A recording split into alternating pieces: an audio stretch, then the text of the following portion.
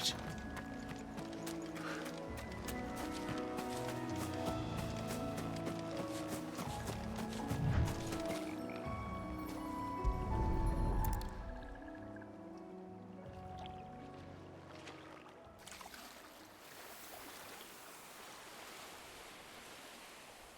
So shall the waters cleanse thee of thy burden, and bear it out to sea.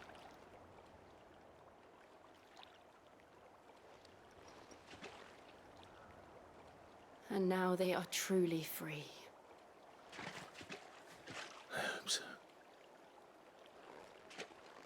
What of the Imperials? A pyre was made. It's more than they deserve. We should go back. Cole is worried about Martha. All right. No one survived then? I'm sorry. Before he passed, one of them bade me tell you not to blame yourself. Doesn't mean I won't. Doesn't mean their blood's not on my hands. Cole said you cast their remains. That was good of you. But it should have been me. This was all my fault. How? You couldn't have known. But I did. And I turned a deaf ear to the warnings like the fool I am. The rumors started moons ago. Of black-clad devils descending on villages in the dead of night to slit the throats of sleeping bearers. But I assumed it was all just nonsense concocted by the Empire. Nothing but a ghost story meant to make folk think twice about lending a hand to a fugitive bearer. And in ordinary times you would have been right. What these Black Shields are doing is unthinkable. Which begs the question, why do it at all? My mother obviously has a hand in this. I cannot make sense of her actions. And picking what goes on in that woman's head is a job for someone with more time on their hands. Right now, I need swords and men to wield them, preferably big ones. If those Imperials think they can come in here again and threaten my people, they're in for a rude awakening. Oh, before I forget, a Stolas from Otto landed just before you arrived. He asked me to tell you that Gav has returned. Then we must as well. Will you be all right here, Martha? We can stay longer if you wish. No need. I'll be ready should the Imperials come calling. Though I wouldn't turn my nose up if you were to lend me a pair of them strapping young curse breakers. You handy with that sword of yours? Course you are. Bet you're a bloody marvel with the thing. Now, question is, are you willing to use it or not? 'Cause a flock of noble chocobos are in need of help. Chocobos? You heard me right. Wild birds? The big ones? And not just any chocobos at that. Whiteheart and her flock are the bravest birds you ever did see. They protect travellers round these parts from bandits and the like. Chocobos? Fighting bandits? It's true. Why, they saved me from a gang of footpads only yesterday. Nasty lot they were too. And now, they're back, looking to settle the score. Oh, go on then. Don't just stand there. Go and help them. All right. There's a good lad. Where can I find these chocobos? I saw him cut across the way over yonder. The rotten scoundrels were driving the poor things towards the old dock. It's a dead end, that is. You save Whiteheart and her flock, you hear me? There ain't a pluckier bird in all the world. She's a hero to us locals. And don't worry, you'll know her when you see her right enough. I'm sure I will. And good luck to you. And give those no-good bastards a hiding from me.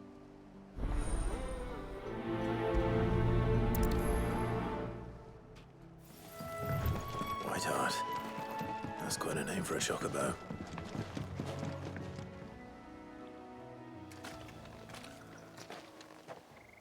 A white feather.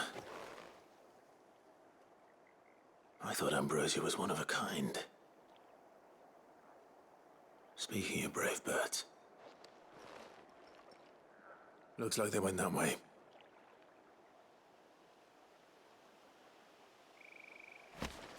These chocobos aren't going down without a fight.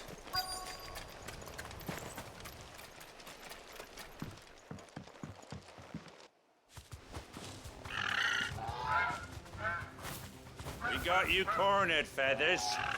You didn't think you'd seen the last of us, did you? You've been bad for business.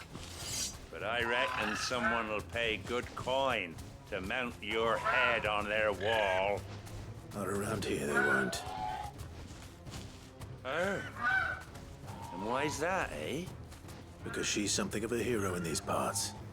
You hurt her, and I hurt you. Piss off.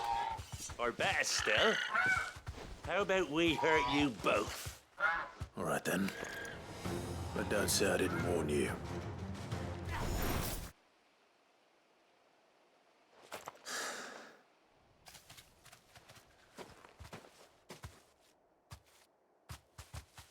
You're safe now. White Heart, I presume.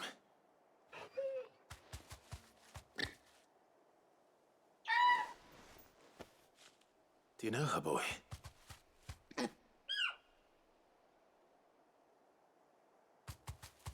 That scar.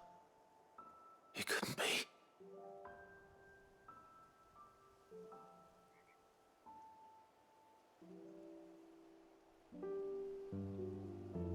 Ambrosia.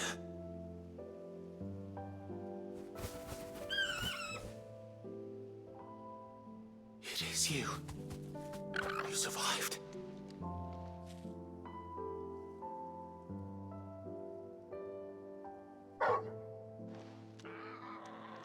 And you found yourself a flock. Oi! Is it over? I thought I'd come and see how you were getting on. Oh, you sorted the bastards then. I knew you would. And the whole flock made it through unscathed. Thankfully, they did. And not only that.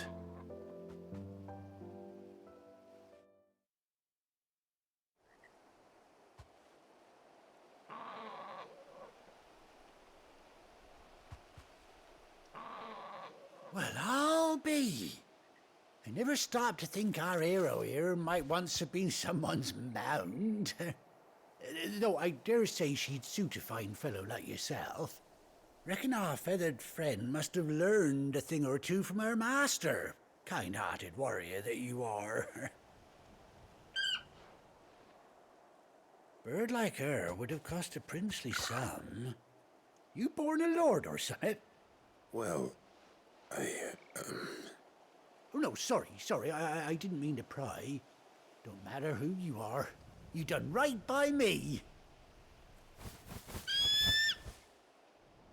What is it, girl? She wants her master back, I reckon.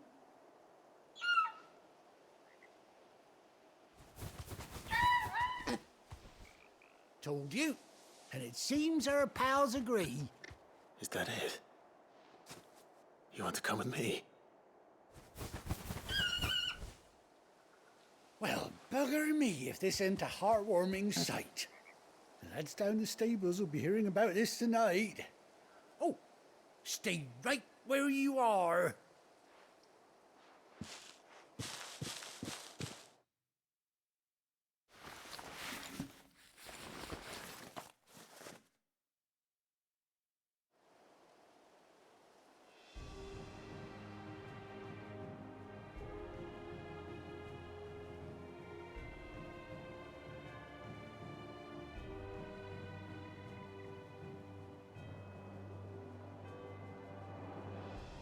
Doesn't she cut an handsome figure, eh? She does indeed. How much do I owe you?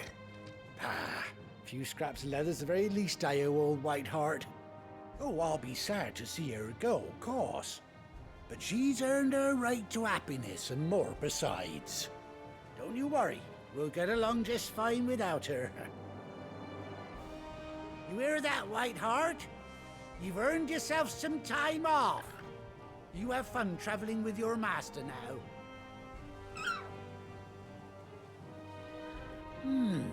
You seem awful familiar now I get a proper look at you. That's it.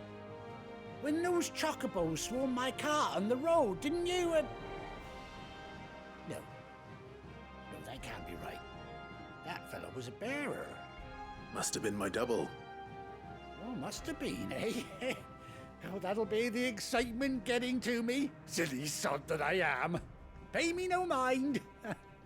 Anyhow, best be on my way. Good luck to the both of you.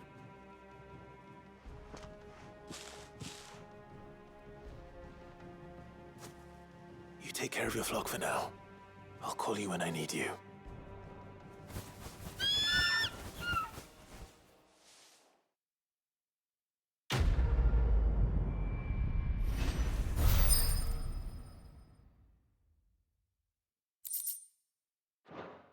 Now, where's Gav? Ah, Clive! Oh, I've missed that scowl. Where's my report? What, no kind words for your old pal Gav? If it's kind words you're after, you're fishing in the wrong barrel. Now sit down, you fool.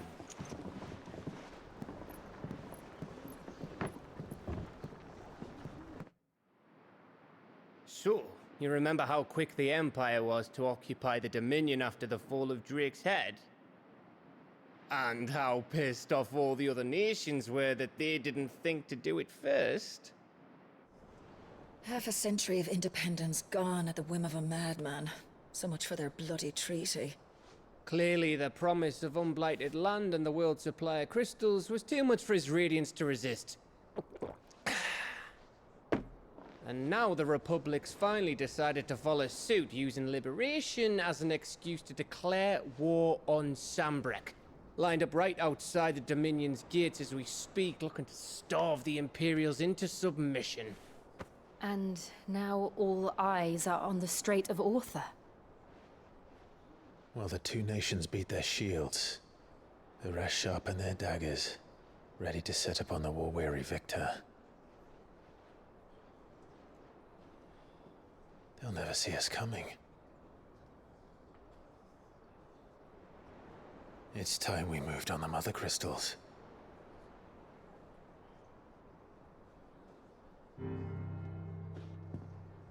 Four Mothercrystals remain in Storm and Ash.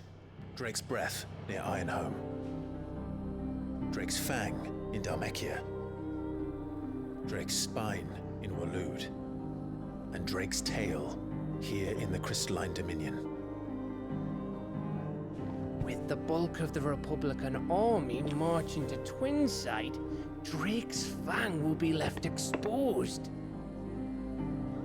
That is exactly the move Kupka would anticipate. And if there is anything these past 5 years have taught us, is that he loves his traps. There is one place, however, where nobody will be expecting us to go. Drake's Breath. There's a shitload of sea between us and it, and I've never been much of a swimmer. I have an acquaintance in Port Isolde who may be able to help. Who's that then? My uncle, Byron Rosfield. Lord Byron Rosfield of the Seven High Houses, the trade magnate with holdings in over 100 cities. Wait, Rosfield. And you're a Rosfield, of course. My uncle's name gave him his start in the world, but it was his acumen which earned him his fortune, along with a handsome fleet of ships. Well, it's settled then.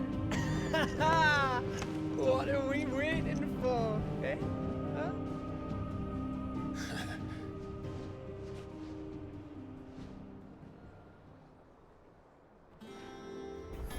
What are we waiting for, indeed? Sid, I was hoping to speak to you. Is everything all right? Oh, yeah, it's just, well, as you know, we've been trying to grow fruit down here.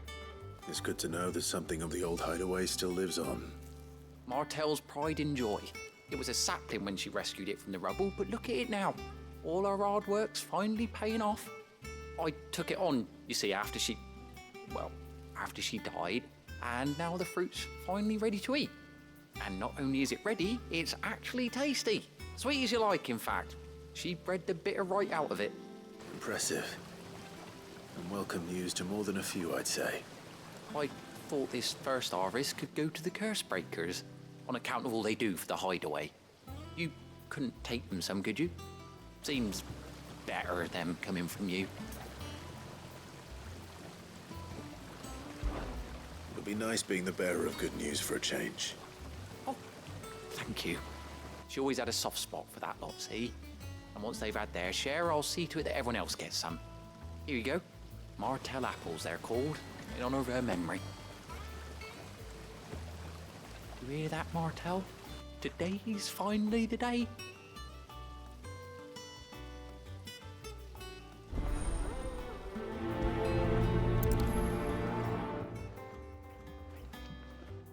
You two look like you could use something to eat.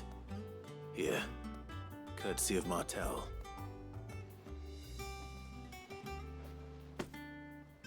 Martel. Now, where have I heard that name before? Weren't she the girl from the Furrows? Course she was. An odd sort, that one.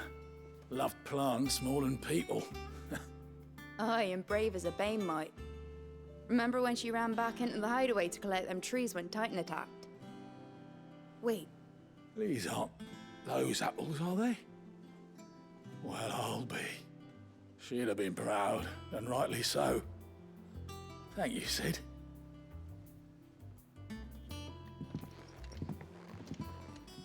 A gift from the backyard. For your service.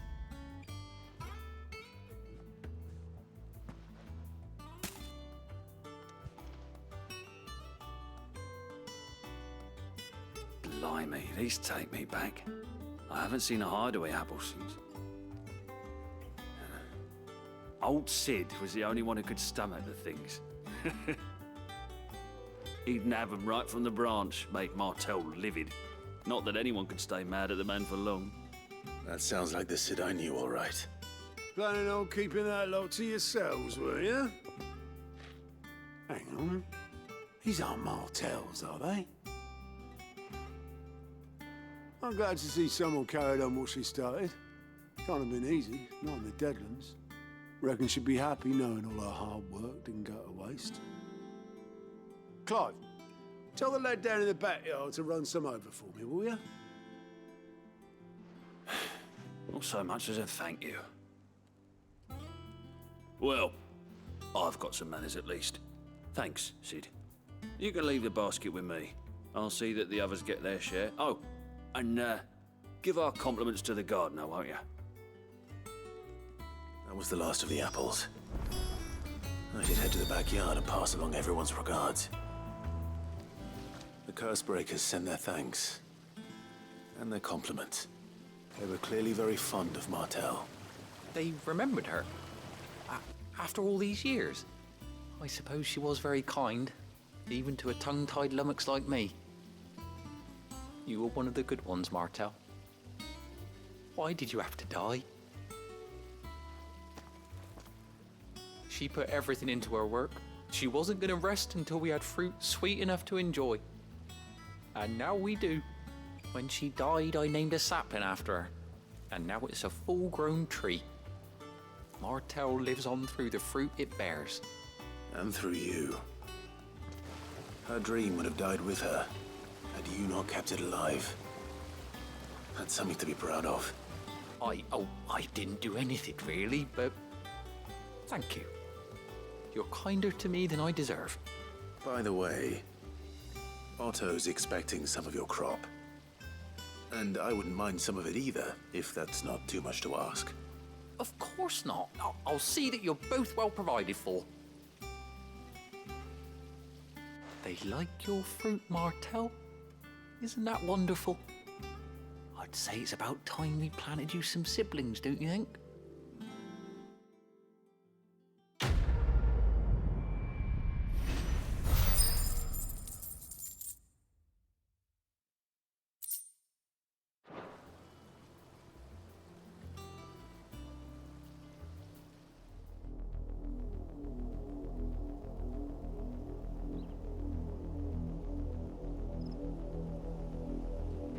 Do you think it was wise to leave, Gav? He didn't seem pleased. I needed his eyes and nose in Dhalmekia. I'm not about to let Kupka take us unawares. Besides, he has a knack for that sort of thing. That he does. And wasn't it Sid who said that matters such as these are best left to dominance? Especially should one of his beloved opportunities to grow and change present itself.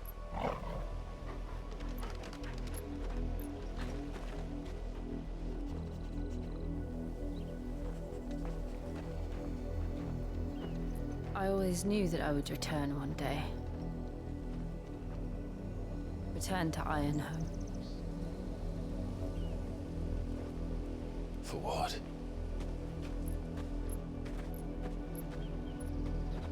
After learning the truth, you were given the chance to face your past. If I am to continue at your side, I must do the same.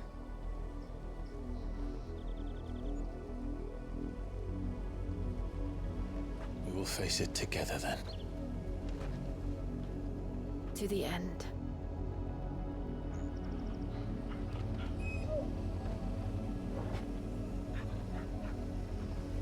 Come on.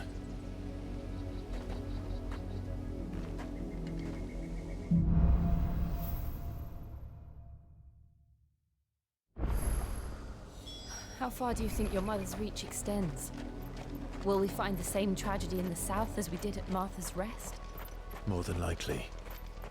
Which is why we should hurry. There are still many settlements between here and Port Isolde. We visit as many as we can and hear their stories. Starting with the village of Amber. Careful!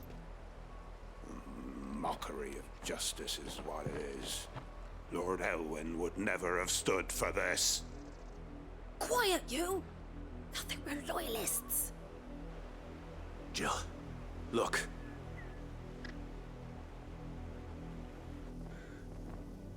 Rosaria must be cleansed of the stain which befouls her, that she might rise once again from the ashes to welcome a new dawn. 'Twould be a pity to make examples of you all, for the transgressions of but a handful. Of course, your lordship. You shall have our full cooperation.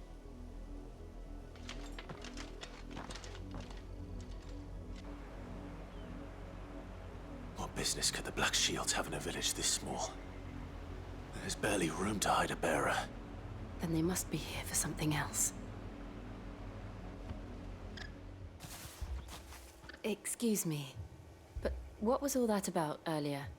You haven't heard? Someone's been stirring up trouble. There have been attacks on the garrison, supplies stolen. They even say a Black Shield was murdered.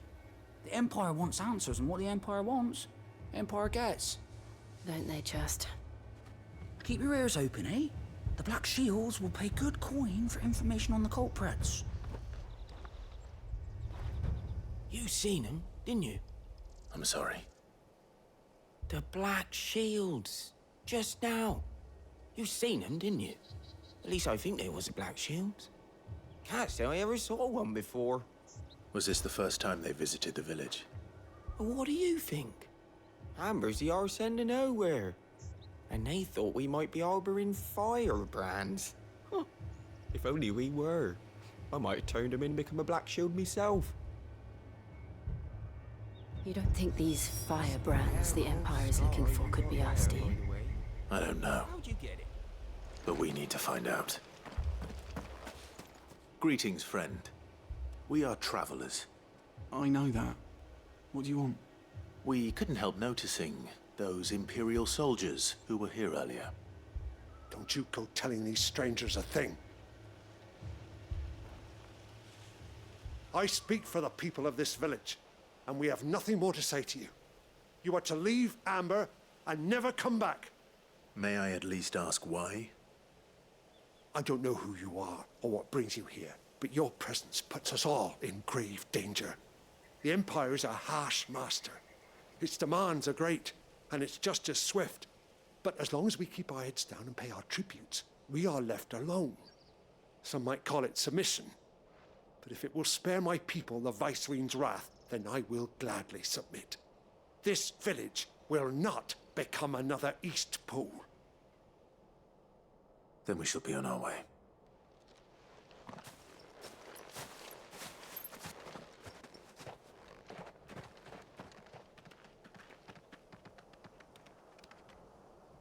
These people live with a knife to their throats.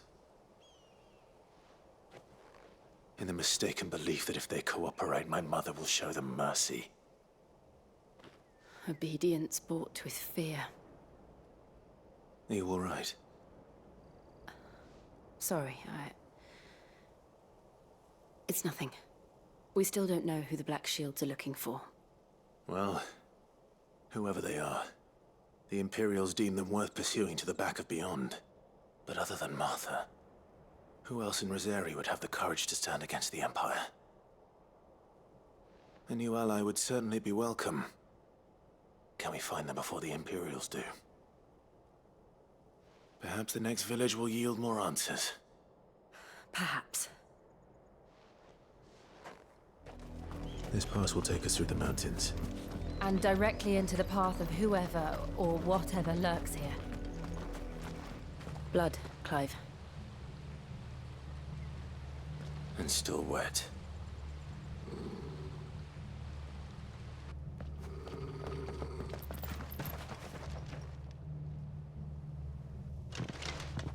You were told to stay in your homes. The Black Shields. You know who we are. And still, you would bear your steel. Why then, we owe you our thanks. You have saved us the trouble of an interrogation. To dwell in darkness, that we may purge the night and welcome lasting dawn.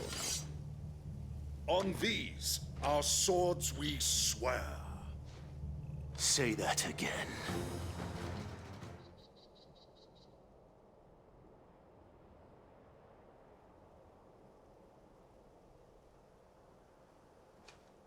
Tell me what I want and the end will be swift. Who are you looking for? Why, you. We come bearing a message. Your friends have been found. The branded you freed from our camps. They await you in Ordeal. Guardians of the Flame.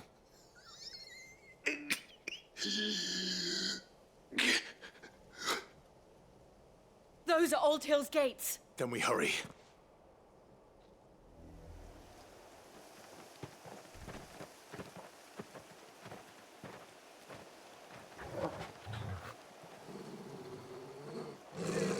Find something, boy. Death.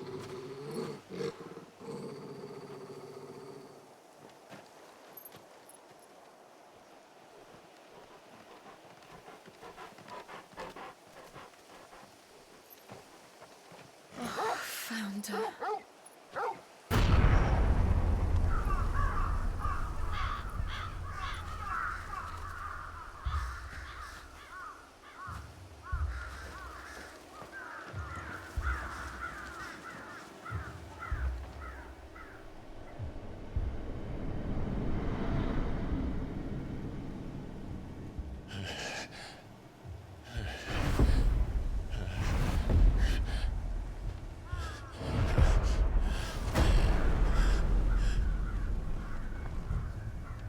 This was my mother's doing.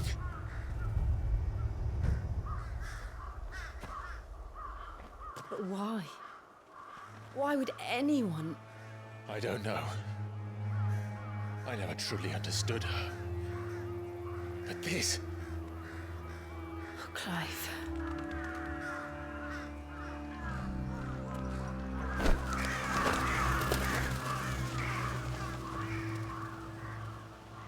I will learn what madness drives her, and I will end it.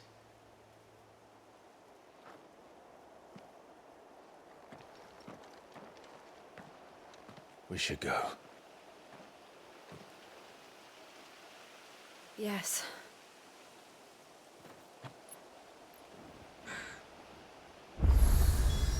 We can't leave them here like this. We won't. But if the Black Shields have made it this far south, they may already be in Port Isolde. We're approaching Buick Bridge. Though I doubt the Empire would let us cross over to Rosalith. Fly, Ambrosia!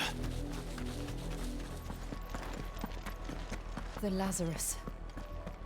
What happened to this place? My mother happened. The nobles who lived here didn't stand a chance. Let's hope my uncle fared better. That's the main gate. And it looks like we're not the only ones hoping to get in. Let us pass! The children are starving! Have mercy!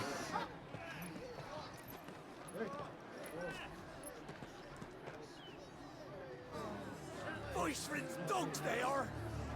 You can't ignore us forever! Let us in, or we'll die on your doorstep! Better out there than in here! Oh, get enough Fuck off! Find the chinless bastards! Those crystals belong to us all! I said, where were you, filth? Back to your stalls! Cut you down where you stand! Just try it! No chance of slipping through unnoticed. We'll need to find another way in.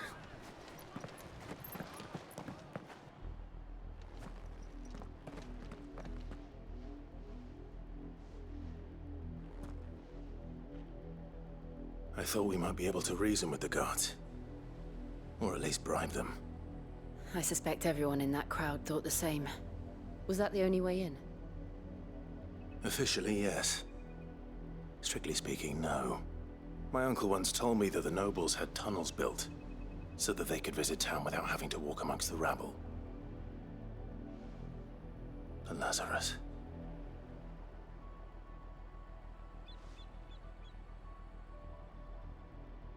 We'll find our way into the city there. If you're sure. The entire place looked abandoned. Do you think it's safe? As long as it is abandoned.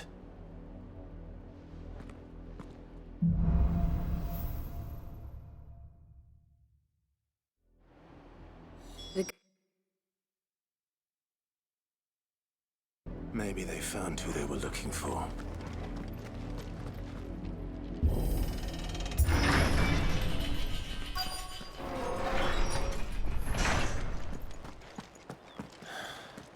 This is nothing like I remember it.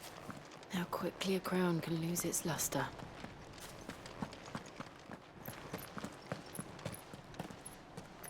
Not abandoned, then.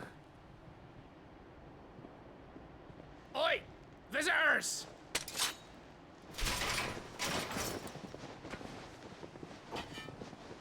Apologies. We'll show ourselves out.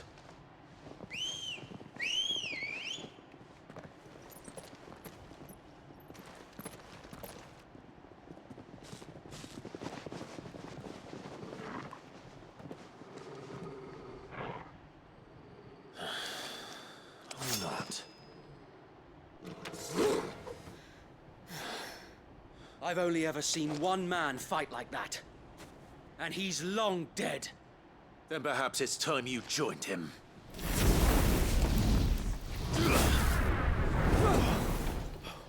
The blessing of the Phoenix.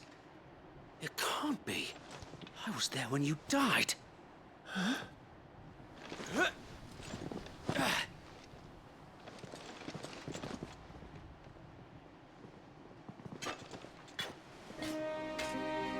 Forgive me, my lord.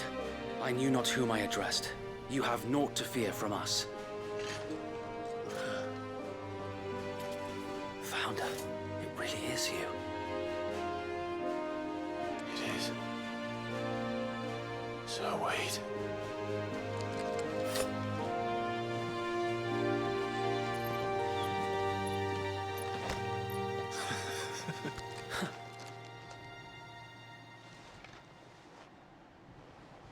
We can speak inside.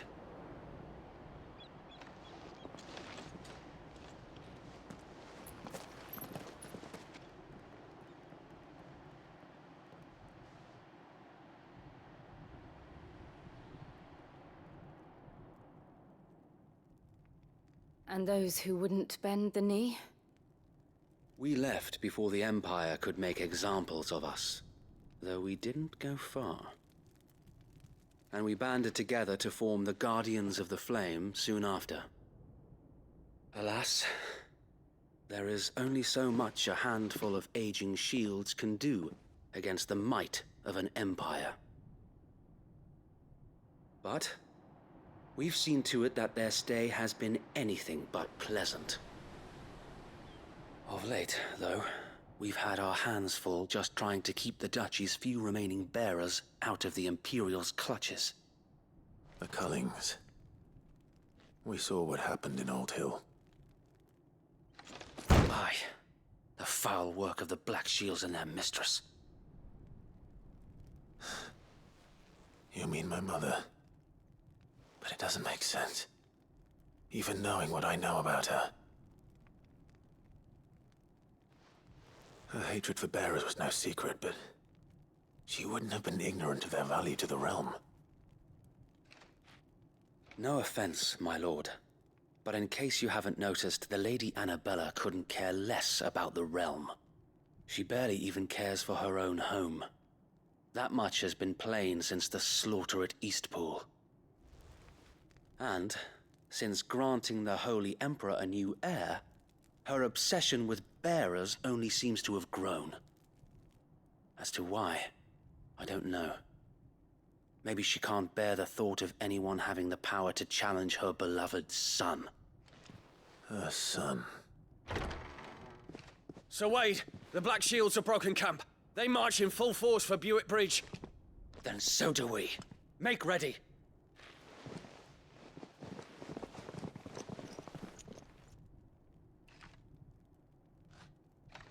This is their main host.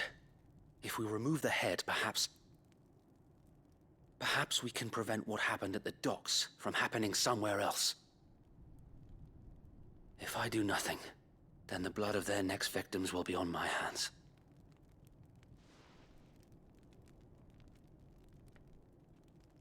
Yours and ours. We too have witnessed the crimes these men who dare call themselves shields have committed in my mother's name. It cannot be allowed to continue. We must put a stop to this madness. We must. So let us go with you. For the good of Rosaria. I was hoping you'd say that. Very well. If that is your wish, I would be honored to serve at your side. And we at yours. So, Wade, let us do our duty. With pleasure, my lord.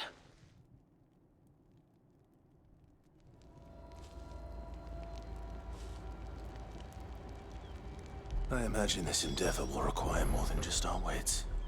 Then let's hope Sir Wade has a good quartermaster. Tell us then, Sir Wade. What is your plan? Nothing fancy. You, Lady Jill and I make for Buick Bridge, and provoke the main host at their encampment.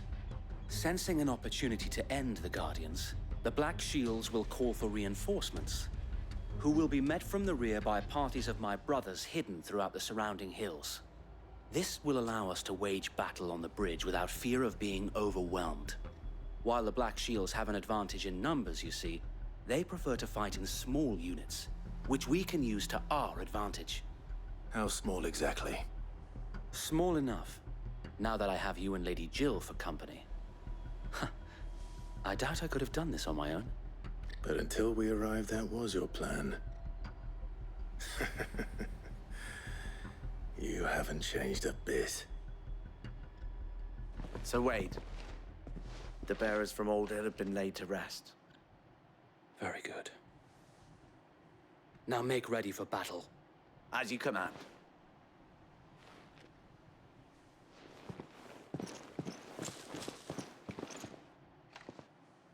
Thank you, Sir Wade. Perhaps now they will find peace. There is but one thing which will grant them peace. Putting an end to the Black Shields. And so we shall.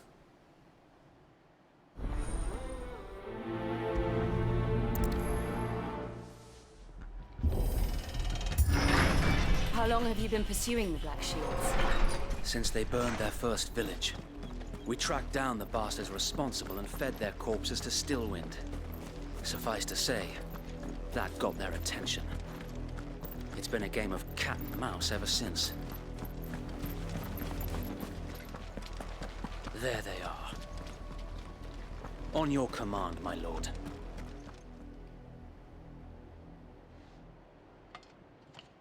What is it now? I told you! We bear a message for the Vicereine. From the Guardians of the Flame. Ha! You presume to tell us that a pair of filthy vagabonds, a woman and a dog, could guard aught against the might of the Black Shields? Then come! Die along with your flame! For us area! For us area!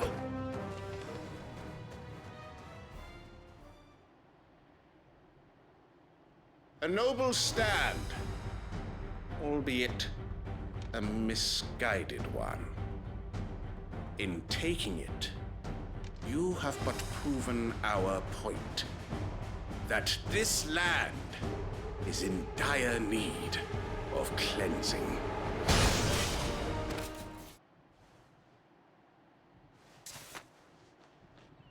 I don't see any more. Nor do I. The plan worked. It did. It bloody worked. We sent every last one of the rotten bastards straight to the mud! My, Lord, perhaps this will be enough to stop the Cullings. For the time being, at least. Perhaps. Though I doubt my mother will take this loss well. She'll move swiftly to see her minions' ranks replenished. And then it will all begin again.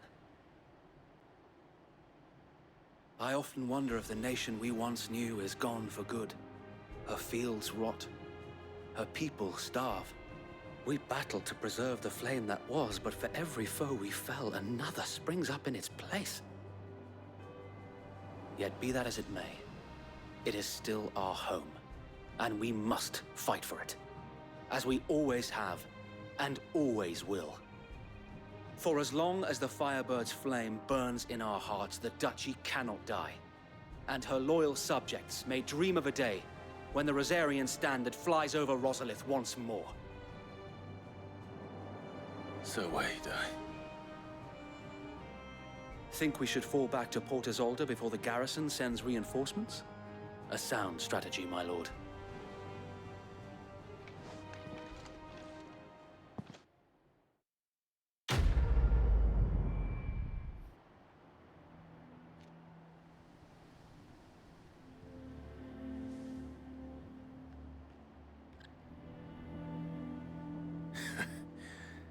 And how long has my uncle been funding you and your comrades' endeavors? Since the beginning.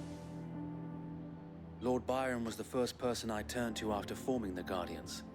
And had I known of this tunnel back then, I wouldn't almost have been hanged by the city guard for trying to sneak over the wall. I suppose a formal request for an audience would have appeared suspicious. And appearances must be maintained. Were the Vice-Regency to catch wind of Lord Byron's involvement in our movement, they'd seize his estate and send him to the gallows, where he would be of no use to anyone. And so, though it sickens him to the soul, he plays the part of the loyal lord knowing that one wrong move might prove his downfall. It is why he remains ever vigilant. Don't be surprised if he refuses you an audience, especially since you're famously dead. Then I will have to think of a way to prove that I am neither wraith nor wrongdoer.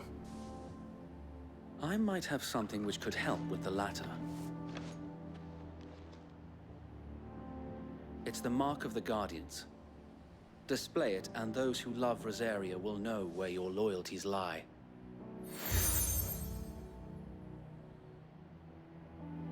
I shall wear it with pride. Be sure that you do. I don't want my men attacking you again. Unless you deserve it. If only Sir Tyler could have been here to see you. Or the Lord Commander. Thank you, Sir Wade. If there is ever anything you need. I know. Go on now, my lord.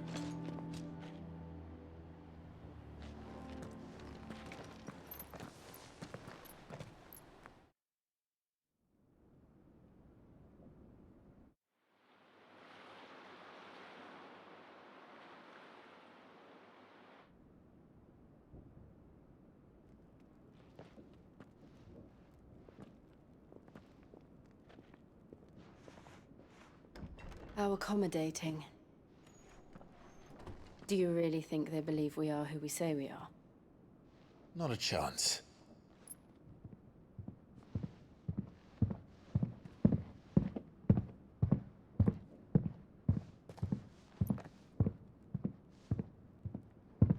All right, I guess. My uncle believes we're imposters here to rob him. And means to string us up himself.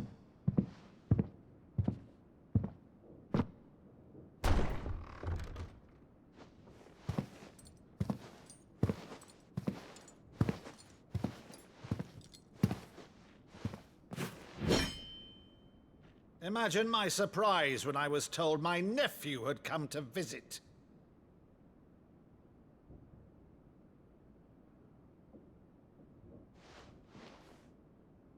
Clive Rosfield died long ago. And for uttering his name here, you shall pay with your tongue!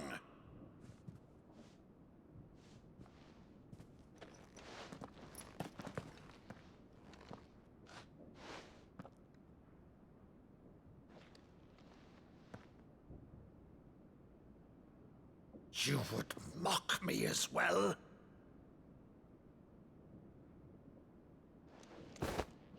It is I, Sir Crandall of Camelot, loyal servant to Her Serene Holiness, Saint Sybil the Unshod. Meadow, thou vile sorcerer, for thy crimes against church and crown, I shall have thy head.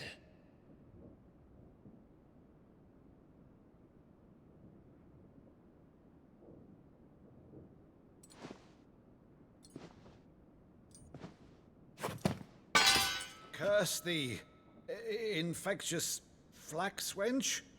Even in death, must thou plague me still? Very well. I shall open the gates of hell, that thou might see thy charge once more.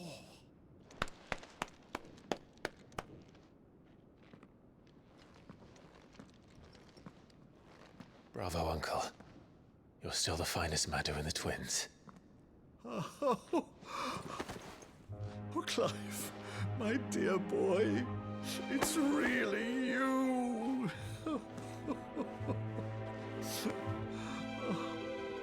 You always were fond of that scene from The Saint in the Sanctuary. Never did let me play Sir Crandall.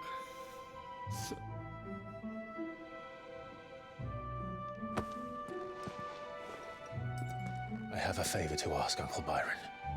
Rutherford, inform the kitchens. There'll be guests.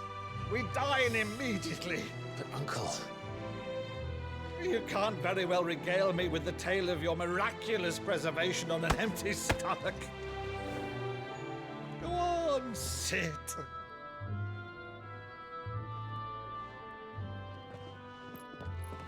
see that you use the good plates, Rutherford.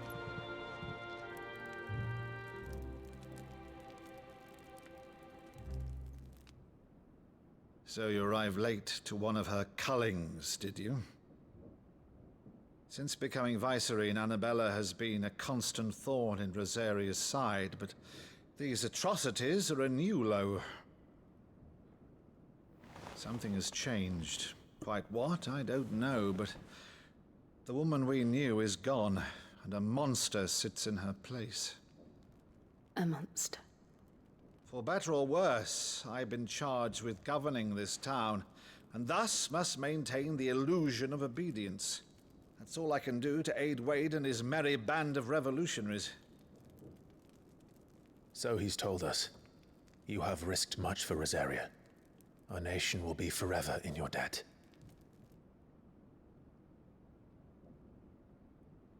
It has been 20 years, Clive. The nation your father and your forefathers fought to defend is no more. Perhaps it would be otherwise had I the courage of my brother.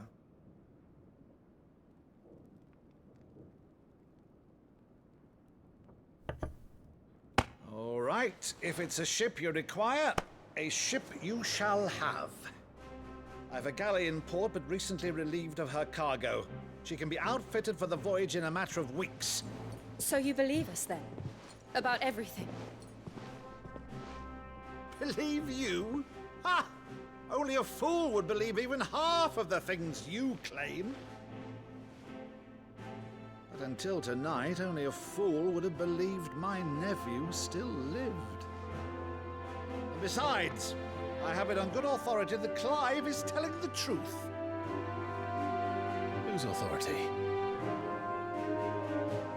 On your own, of course. You've always been a terrible liar. Is that true? It's not untrue. Let's say no more about it, eh? It wouldn't do to linger on my nephew's greatest failing.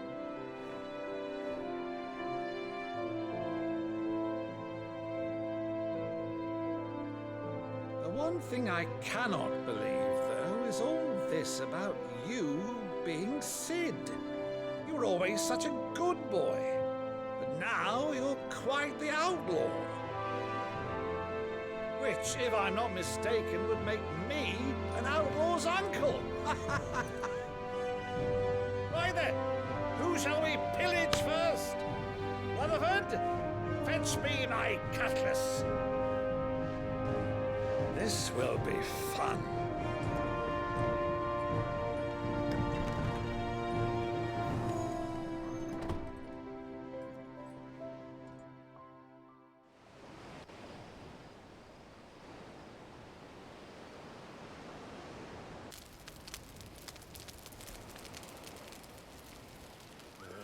Over there. Go on. She's a fine ship, isn't she? Once outfitted, she'll bear us across the boiling sea to Drustinus in the space of 3 days.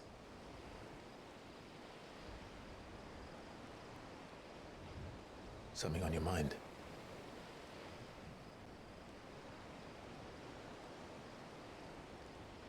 Monsters. When I served the Iron Kingdom, I did so because I saw no other choice. Because once they learned that the lash would not move me, they turned it on those who could.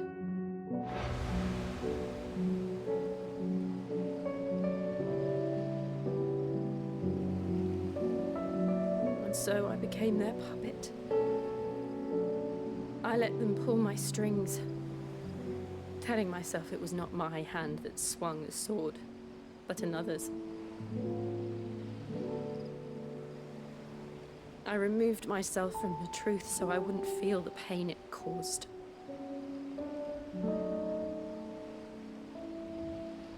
And before I knew it,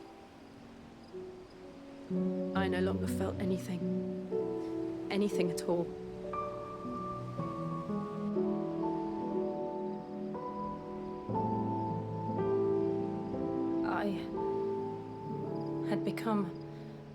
A monster. Jill.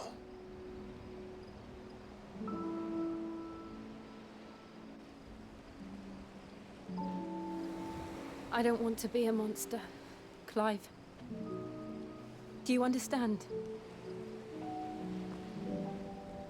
I want to choose a different path, a better path. To live on my own terms. But before I can do that, I need to come to terms with my past.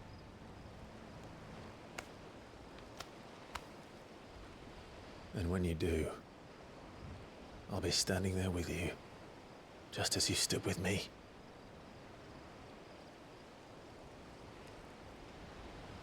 Thank you, Clive. I must atone for my sins. Only then, when it's done, will the monster cease to be. Just promise me that you won't die with it.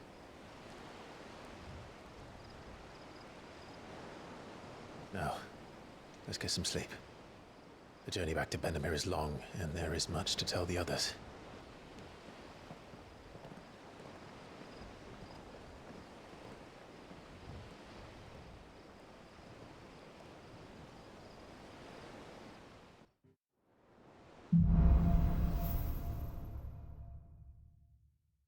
Only the Founder knows what awaits us in the Iron Kingdom. But Vivian could probably make an educated guess. I didn't take you for a scholar, Ivan. Oh, this? Well, it's Valisthea, a culinary pilgrimage. I borrowed it from old tomes. Seems there's no creature in the realm so foul it can't be cooked up into something delicious. Think I'll stick to the unfoul ones, thanks. Oh, where's your sense of adventure, Sid? Honestly, one glance at these recipes, and even you would trade in your sword for a butcher's cleaver. From spit roasts to sweetmeats, this book has them all. What I wouldn't give to bring these recipes to life. If it's my blessing you're hoping for, then by all means. Well, I'm no hunter, Sid. The first tunnel worm I came across would be the death of me. But you're made of sterner stuff. Would you help me resurrect one of these recipes? Something tells me you won't be taking no for an answer. Fine, I'll help. Fantastic! Thank you. So, dare I ask what's on the menu? Chance's Stew. It was once a favourite among the gourmands of Oriflamme, if the author is to be believed. Though Molly's never heard of it. The only problem is that while the recipe is extremely detailed in most respects, it's infuriatingly cryptic as to the main ingredient. A beast, no doubt. Most likely something that would make easy work of a simple cook with more broth than brawn, but unwanted violets. I've no idea what they might be. Does the book say anything else? Well, only that the sweetest violets sprout atop the bed of roses. Roses. Rosaria, perhaps? One of the butchers in Martha's Rest might know something. I'll ask next time I'm there.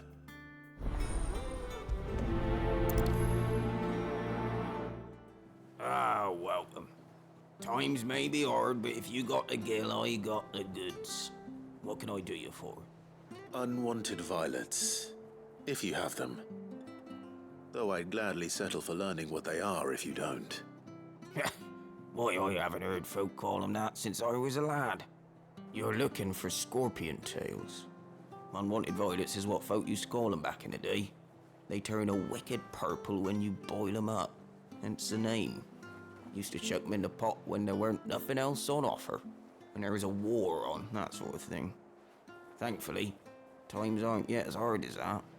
And even if they were, you wouldn't find anyone selling them these days. Do the scorpions still live nearby? I dare say they do. 3 Reeds would be your best bet, if memory serves. Thank you. You've been most helpful. Scorpions. At least I know what I'm up against. I better get this back to Yvonne before it goes bad. Or any worse, at least. Did you find our mystery ingredient? I did indeed. Marvellous! Let's see. What am I supposed to do with this? It's poisonous, surely. You wouldn't be wrong. But that's your unwanted violet. Into the pot it goes, I suppose. Wait here. I won't be long.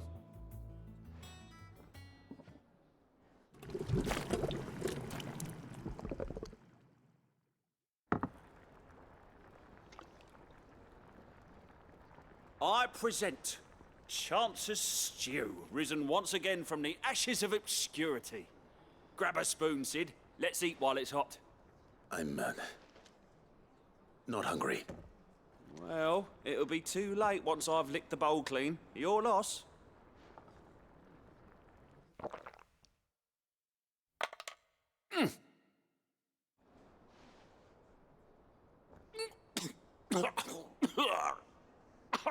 Odin's teeth. What, the salt on the senses is like choking on swamp water. And yet, up through the pungency there rise complex, meaty notes. It takes a moment to recover from such an onslaught of flavours, but never have I tasted anything so fine. Thank you, Sid. Thank you. You're, welcome. I must share this gift. I won't rest until a steaming bowl of Chance's Stew sits before everyone in the hideaway. A single mouthful, and Molly will be breeding scorpions of her own. I'm sure she will.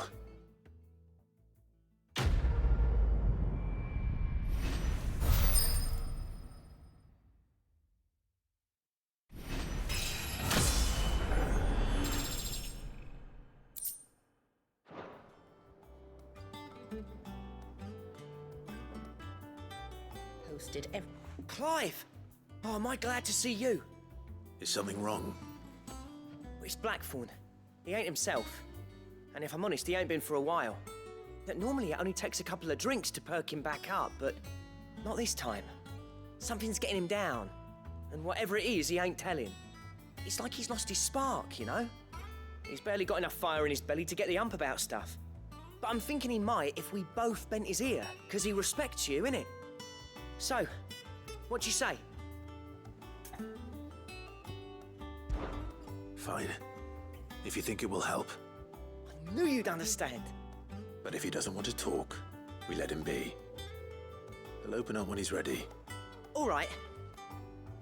Now, he'll only smell a rat if we both turn up at once. So, I'll go first, and you can meet us at the forge.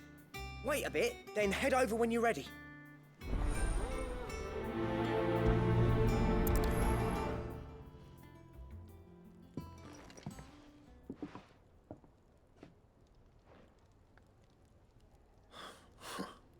First August, and now you. What are you pair up to? What's it got to do with me? August was worried that something had been weighing on your mind.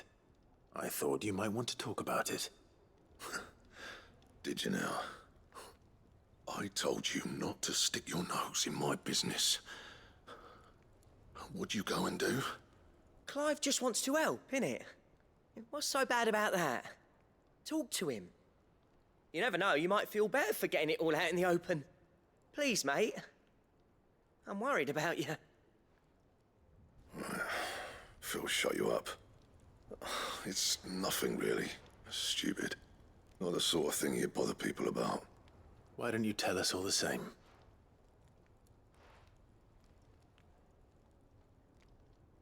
Karen and I have an arrangement.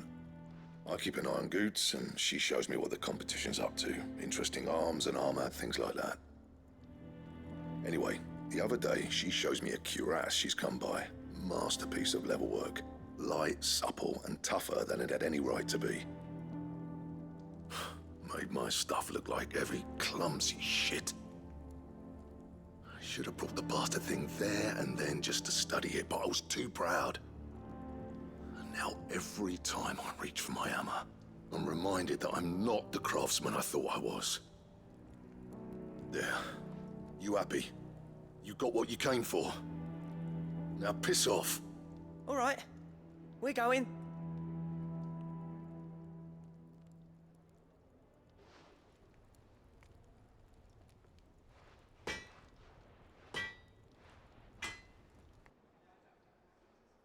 I always thought of old Blackthorn as a bit of a force of nature.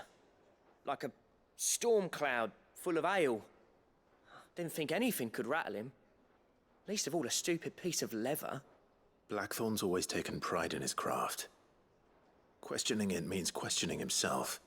Something tells me this is only going to get worse. If he has doubts, it will affect his work, which will only add to his problems. We need to nip this in the bud. I couldn't agree more. He said he should have bought that cuirass. Perhaps we should track it down for him. Assuming you're happy to help, that is. Too bloody right I am. Glad to hear it. First things first, then. We need to speak to Karen. Karen, do you have a moment? Blackthorn mentioned that you'd recently come by a leather cuirass. An exquisite example of the craft, from what he told us. And he ain't been himself since he saw it. So we thought we'd buy it for him. Sorry, sold it already. Didn't think Blackthorn cared for it the way he turned his nose up. But it was nicely put together, that's for certain. Even if the bloke who made it is a bit of an odd one. Happened across him on my travels. Makes all his stuff to order, but the fella who commissioned it refused to pay. He didn't like the colour of summit. So I took it off his hands for a fair price. You don't know where we might find him, do you? Like I said, he's a bit of an odd one. Doesn't even have a workshop. He don't trust hunters neither, which means he spends as much time out tracking beasties as he does working their hides. I see. He did tell me something, though. Apparently, his next commission's for a set of griffin hide greaves. Here, there's a griffin on the hunt board. The curse breakers were placing bets on who'd bag it. Now, where the bleeding hell was it sighted? Somewhere in Sambrec, maybe? Care Northern, that was it. Thank you, Karen. We'd be lost without you. At least you admit it. So, it sounds like going after that griffin might be the best chance we have of finding our roaming leatherworker. I'll leave the hunting to you if you don't mind. While you get on with that, I'll ask around the markets. See if I can't sniff out who he is and where he's hiding. Good idea. Hopefully one of us will be able to track him down. Griffins don't exactly make for easy prey. Let's hope our craftsman hasn't bitten off more than he can chew.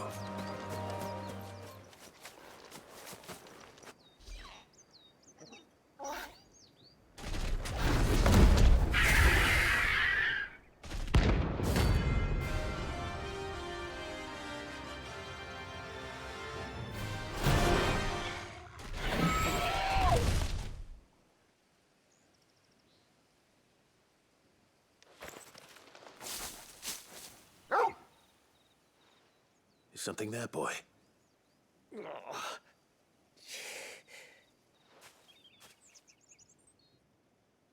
Could that be our man? Are you all right? Dare say I'll survive. That griffin caught me before I could get an arrow off. Must have lost sight of me in the grass, though. I'd be dead if it hadn't. More likely than not. The name's Camille. I'm a lowly leather worker, if you couldn't tell by the smell of me. Not so lowly from what I hear. Do you remember selling to a merchant by the name of Karen? She's not an easy woman to forget. Bought a cuirass from me after I lost my buyer. Quite taken with my work, as far as I recall. Didn't stop her bartering me down to a pittance, though. She send you for a refund? It's not her who sent me.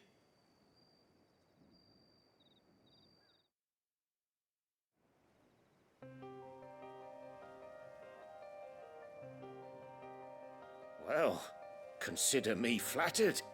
You should be. He's a master of his art, and not an easy man to impress. Blacksmiths are proud folk. It's a rare thing indeed for one to praise a glorified tanner. And I don't imagine an impressive swordsman like yourself would be getting your steel from any but the best. I'd dearly love to help a fellow craftsman, but... Well, actually, I suppose you could give him this. What is it? Treated leather. Same stuff I used to make that cuirass. If your man's as skilled as he sounds, he'll know what he's looking at. You sure? Well, you did save my life. And thanks to you, I'll be going home with all the griffin hide I can carry. I'd say it's the least I can do. Short of showing him how to make the thing myself, that is. But there are rules against it. Secrets of the trade and whatnot. In that case, I'll see that he gets it. I'd be much obliged if you would. Right. I've got some greaves to make. You send your blacksmith my regards.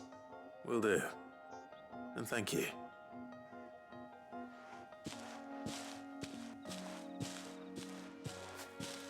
Hopefully this will sweeten Blackthorn's mood. How'd it go, Clive? Did you find him, or does the hunt continue? I found him. And he asked me to give you this, along with his regards.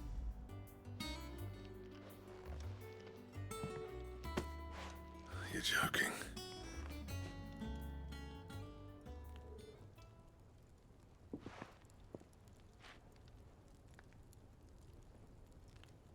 He said he wouldn't teach you how to work it, but that if you were as skilled as you sounded, you'd have no trouble understanding how it was done. So that's his secret. Crafty bastard. He's layered and cross-grained it. Good few times, too. No wonder it's tough. And that's no ordinary oil he's used to get that finish. Oh, this is fine work. Even finer than I thought. Yeah? I'll take your word for it. Just looks like leather to me. Still, I'm glad you're happy. Here, Clive. You didn't happen to catch the fella's name, did you? Camille, I believe. I thought as much.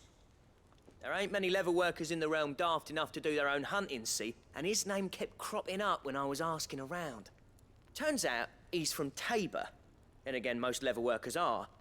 But our friend Camille guards a long-held family secret, the details of which are the subject of some debate in the leather-working community. Then we better keep this close to our chests. Listen, sorry for putting the both of you to all that trouble. Should have kept my moaning to myself. Still, I'm glad you found him. This has cheered me right up. That was the idea. Clive's idea, anyway. He did most of the work. It's good to have you back, Blackthorn. Just don't expect me to go turning out work like this. There's a reason he does his own hunting. He knows exactly what hides to look for. And that's how he gets them to layer up so nicely. And don't get me started on how much oiling this leather would need. But I reckon I can make something about as good. Something a Cursebreaker will have no trouble caring for. Anyway, enough nattering. I've got work to be getting on with.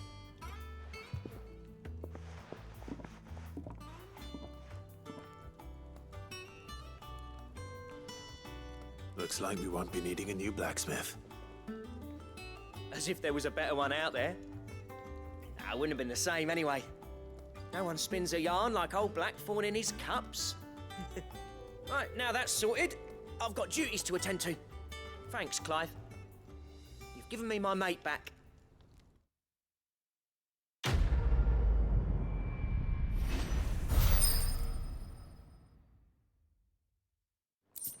Back again, Lord Rosfield. I'm touched that you should find me such good company. It is not your company, but your counsel that I seek on this occasion. Ever the charmer. What will it be today, then? The Iron Kingdom. I need to know what to expect. You'll soon be setting sail for Drake's Breath, then, I take it. The Mothercrystal that rises from the boiling sea. There was a time when a true-blooded Rosarian had only to brave the waves to visit it. But then the Ironblood made their move.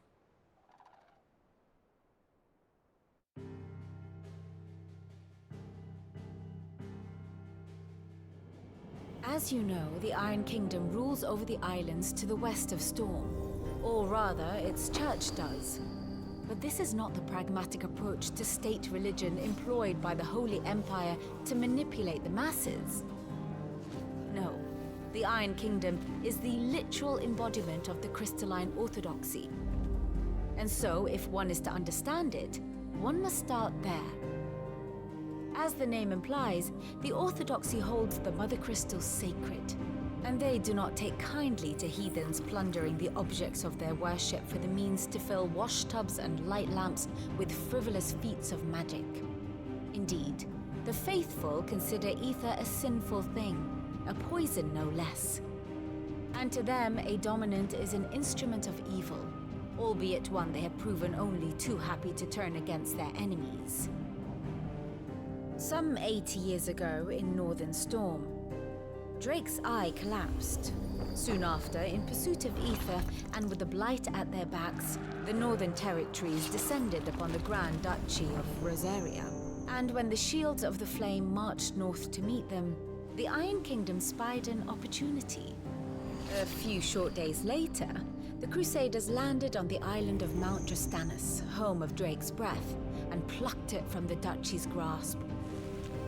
Rosaria tried to reclaim it, of course, but to no avail. I doubt more than a handful of Duchy men have set foot on its shores in your lifetime. Nor are they like to again, under the Empire's stewardship, meaning the Iron Blood will keep their island. And with it, the foothold they need to march on mainland soil when next they spy an opportunity.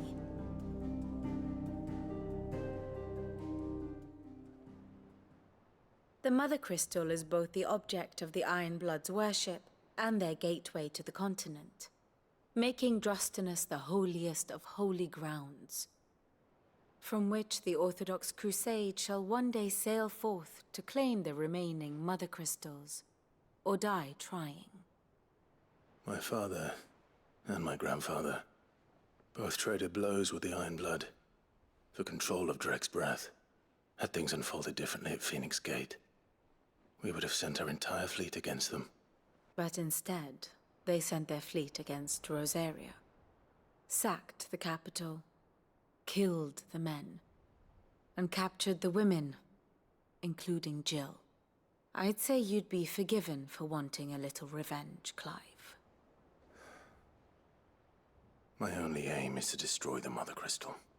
But thank you all the same. Not much else to do here. Let's see if Jill's ready. You ready? I think so. Jill, when you told me you had to come to terms with your past, you weren't talking about destroying Drake's breath, were you? No. I spoke of Imran, the leader of the Crystalline Orthodox. The man who made me do all those unspeakable things. I'm going to kill him. It's what I need to do to put the past behind me. What I need to move forward. And I know that I can do it. If you're there beside me. Always. And I'll be beside you, too. We'll bring down the Mother Crystal together. All while Sid looks on. We'll make him proud.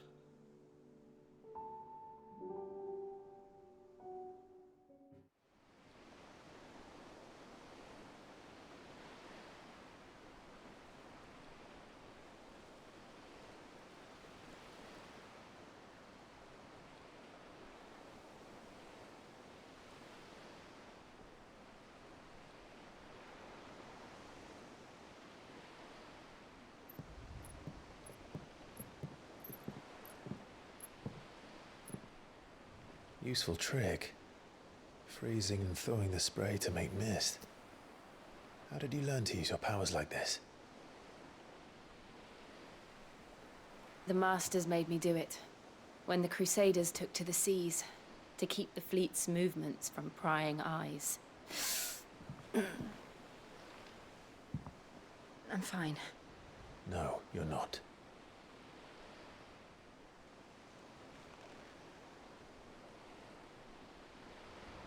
This may be the only chance I get to go back. My only chance to put things right. I have to do this. Whatever the cost. All right.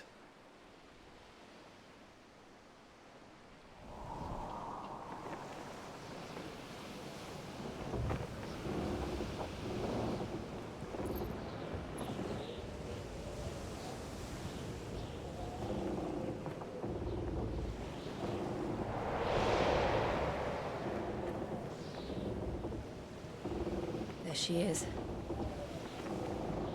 The Iron Kingdom's Mother Crystal.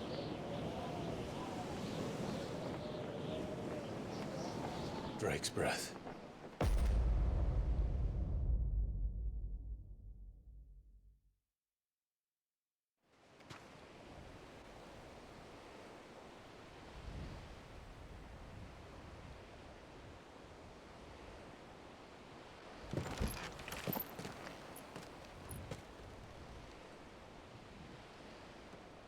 Strong currents, sharp rocks, and ether floods. Let's not forget them. This island is a natural fortress.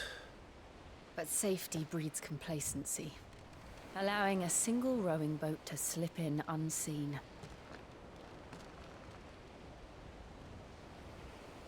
The sanctuary is inside the mountain. If we follow the old trail, we should be able to enter by the back gate. All right. Let's go.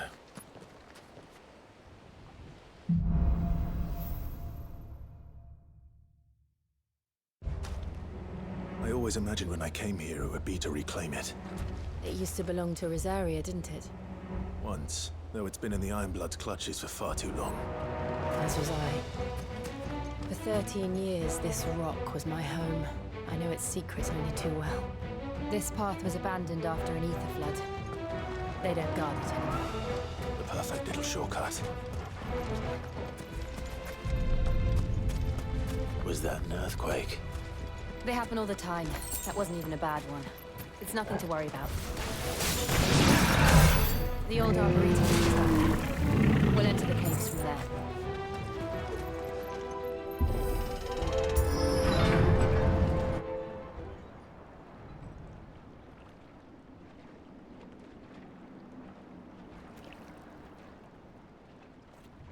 Ugh, look at this place.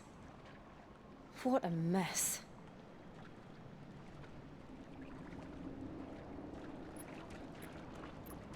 Wait.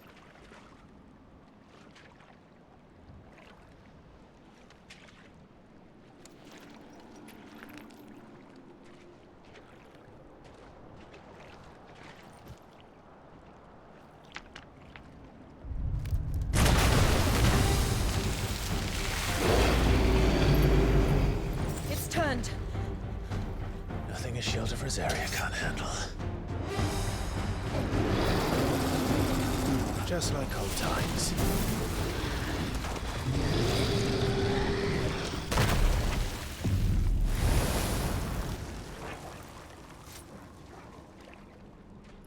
Press on. Yes.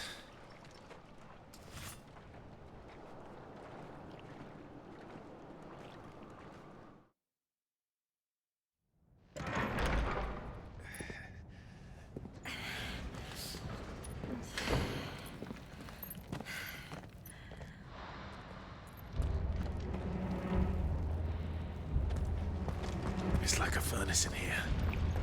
We're inside the volcano. You get used to the heat, though I don't remember it being quite this hot.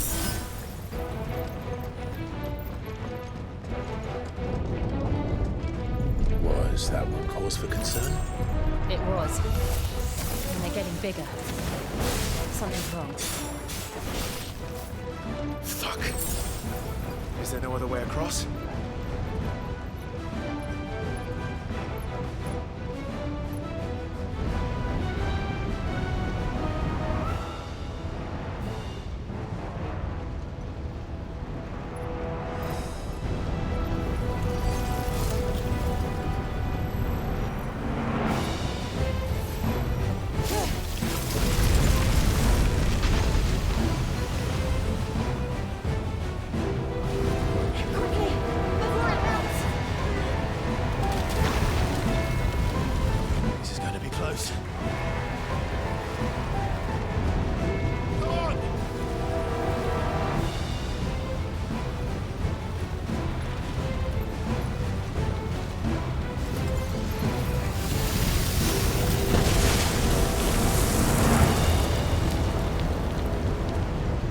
do that again.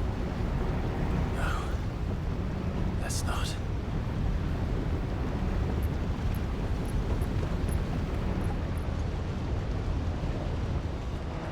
Well, we aren't going this way. Let's look for another path. Drake's breath. We're nearly at the oratory.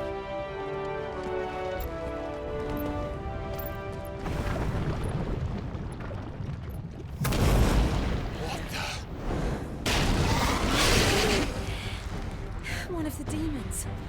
But they never leave the lava. If I didn't know better, I think this volcano was about to erupt. Why attack us? They're peaceful. But this one must be the exception.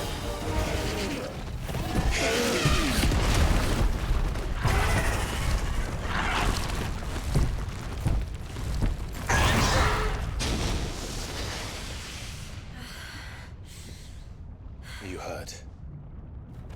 Just hot.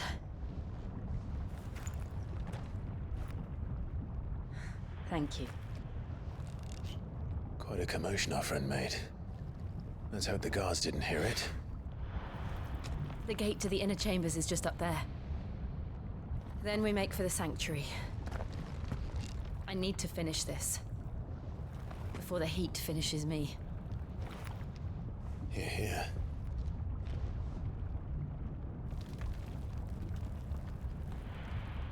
We'll enter the Comric by the Handmaiden's living quarters. It was always a hive of activity. Sounds like we'll have a hard time staying out of sight. We won't have to. There's someone there I should very much like to see.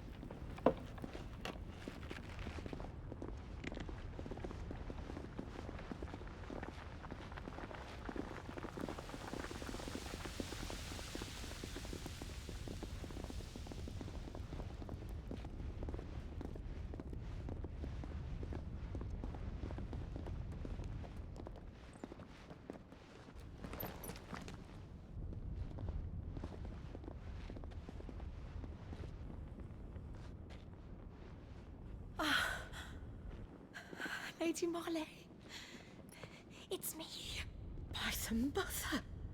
Jill, it can't be. It is, my lady. We cannot talk here. Come with me.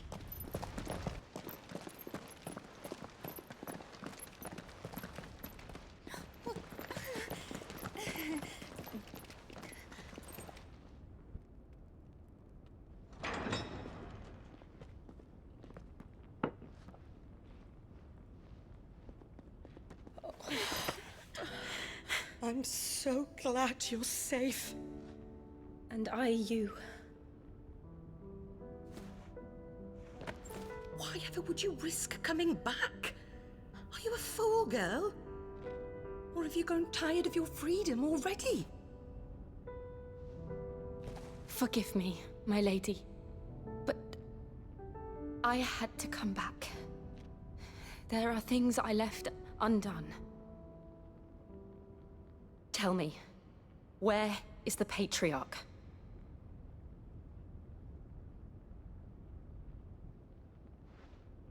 At this hour, he'll be in the Comric, giving thanks.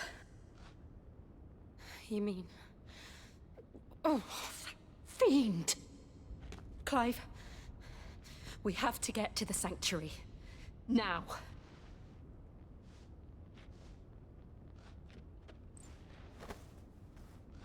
Lady Marley, you must flee this place, gather your things, and go. Now listen here, Jill. We have company.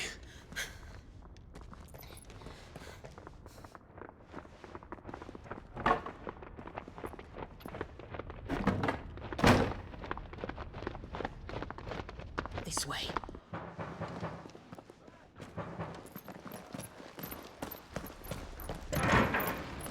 Follow this passage. It leads straight to the Comric. Go on, stop dawdling. Thank you. You were always so kind to me. My light in the darkness. Take care, my lady, please. You deserve better than this. A long and happy life, promise me.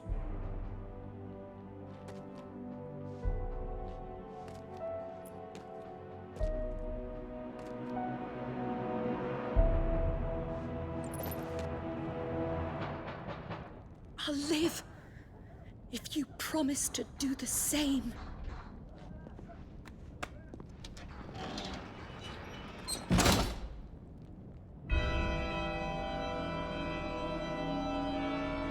Come on, Clive. We're nearly at the Comric. All right. Clive, there's something I need you to know. I saw the Patriarch do things no one should have to see. And so I swore that he would die by my hand. I understand.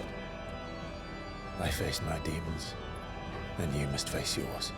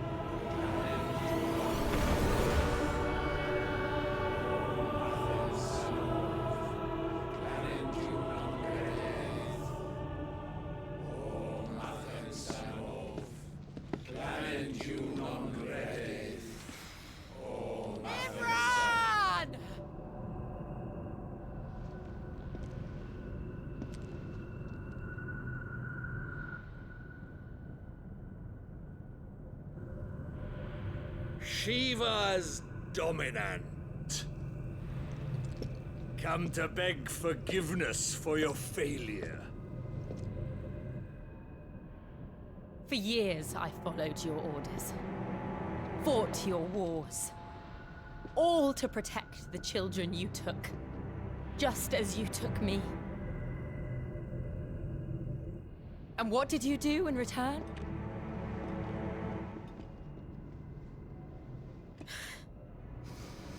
You put them in chains and you slit their throats! Fiend. Their souls were sullied with the stain of ether. I merely cleansed them of their corruption. A penance paid, just as the Holy Mother wills it! Repent, abomination! For a monster like you to set foot in the Holy Cymric is in itself a crime deserving of death. You're right. I am a monster. And my soul is stained black. Though not by ether.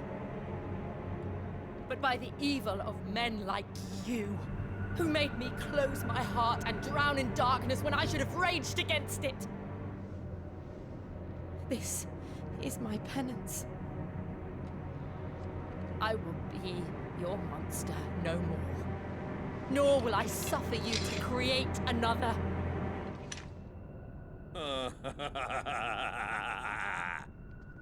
Does the beast bare its teeth at its master? Come then, dominant. Rage, be as you have ever been. A monster! And what are you, Imran? I was forced to kill. You do it by choice. but never again. I bowed to you once. Now it is you who shall bow to me! Kill them.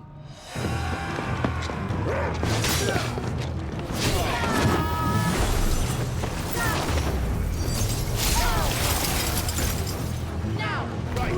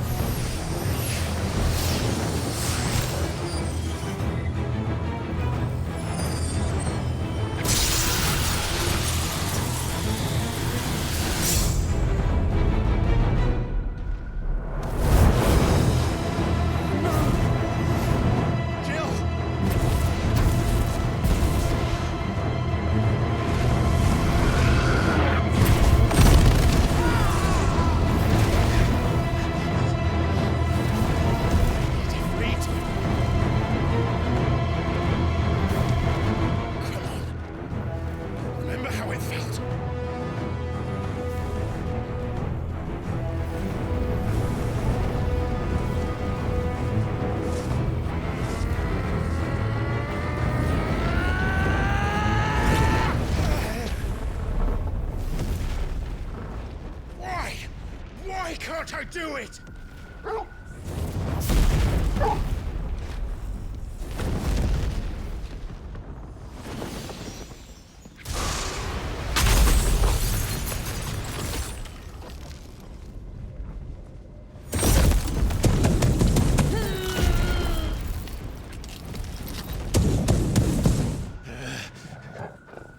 Please, just once.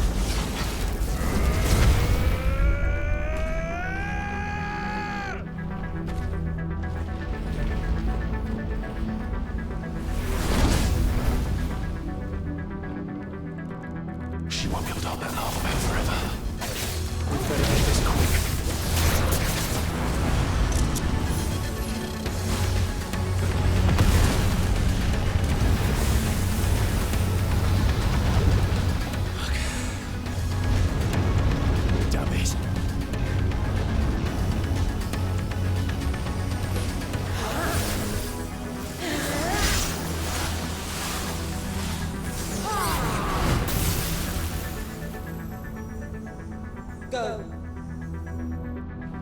All right.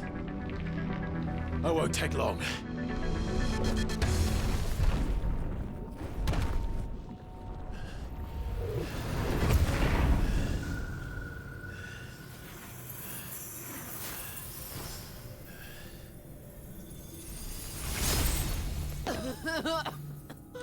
Jill!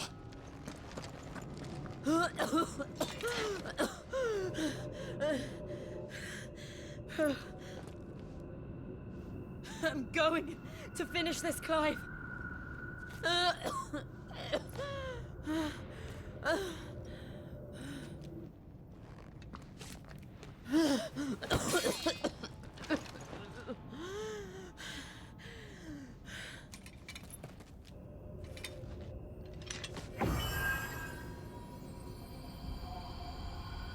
Here, use this.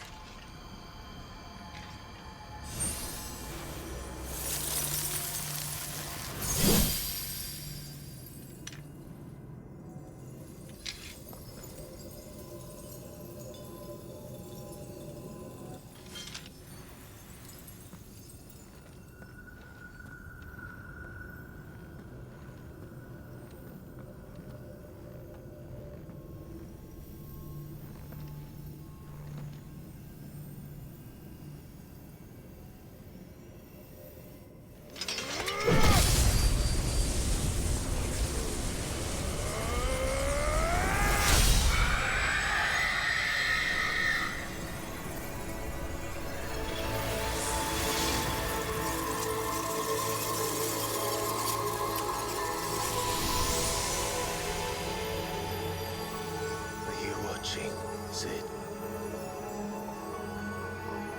We're one step closer to freedom.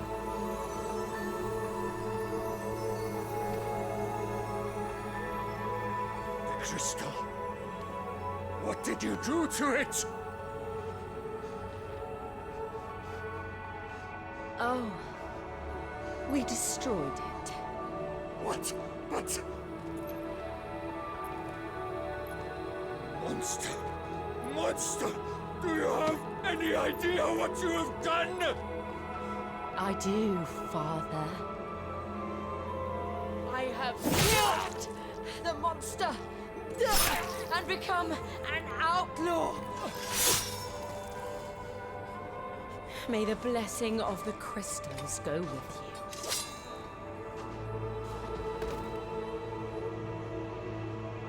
It's over. It is. And Shiva exacted her price. She did. Again, the burden fell to you. And I bore it willingly. This was a sin for which I had to atone. Now I can continue at your side with my head held high.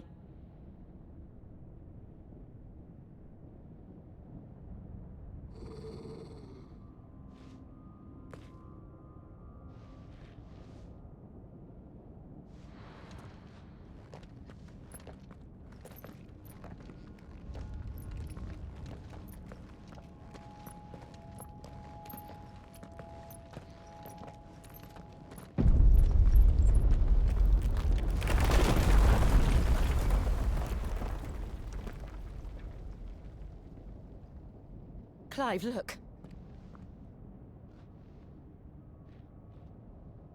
It's just like the one at Phoenix Gate.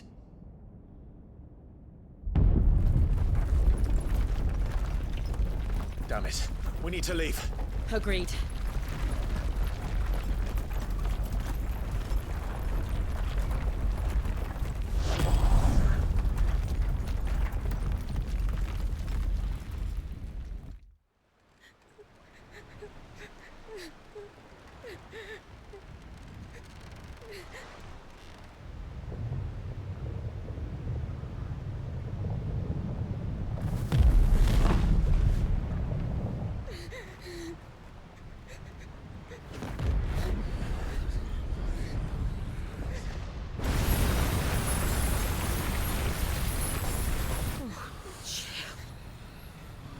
I kept my promise, and now you keep yours.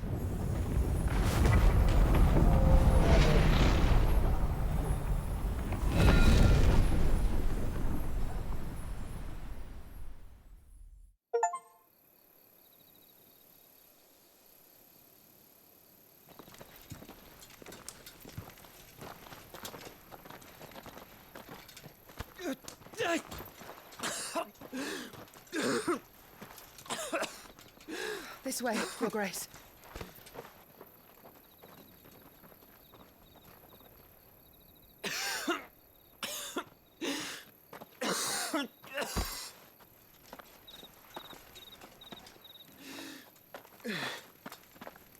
You're bleeding. I have a tonic which will... I thank you for your kindness, truly. But I assure you, I will survive. Please, save your medicines for those who need them most. Oh, well, if you're sure.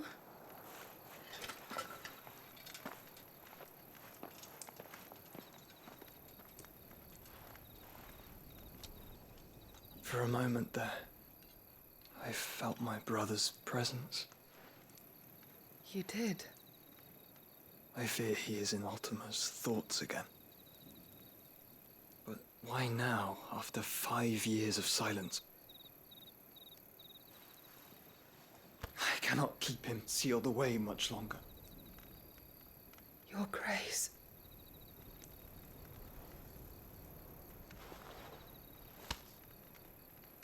No, do not dirty your hands.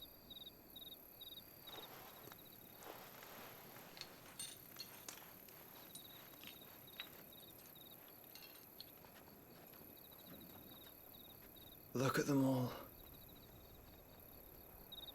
Like a river flowing to the sea.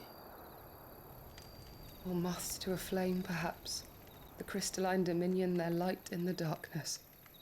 More and more lose their homes to the blight and set out in search of sanctuary, while others lose their fortunes to the Dhalmekian levies and leave to find new livelihoods.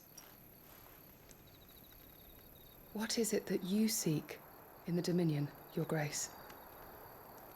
Oh, Dion Lesage. You mean the Crown Prince of Sanbreque? He has many titles. Dion the Bold, Prince of Dragoons, Odin's Nemesis, or simply Bahamut. I met him once, when we were children. He was a chivalrous soul even then, and has served his empire indefatigably ever since. And you are confident that he will listen to what you have to say? Our world lurches ever closer to the abyss, and a hidden hand ushers us onward. Ultima's influence extends to every nation, Sanbreque included. If His Highness is the man I believe him to be, and I pray that he is, this truth will not have escaped his notice.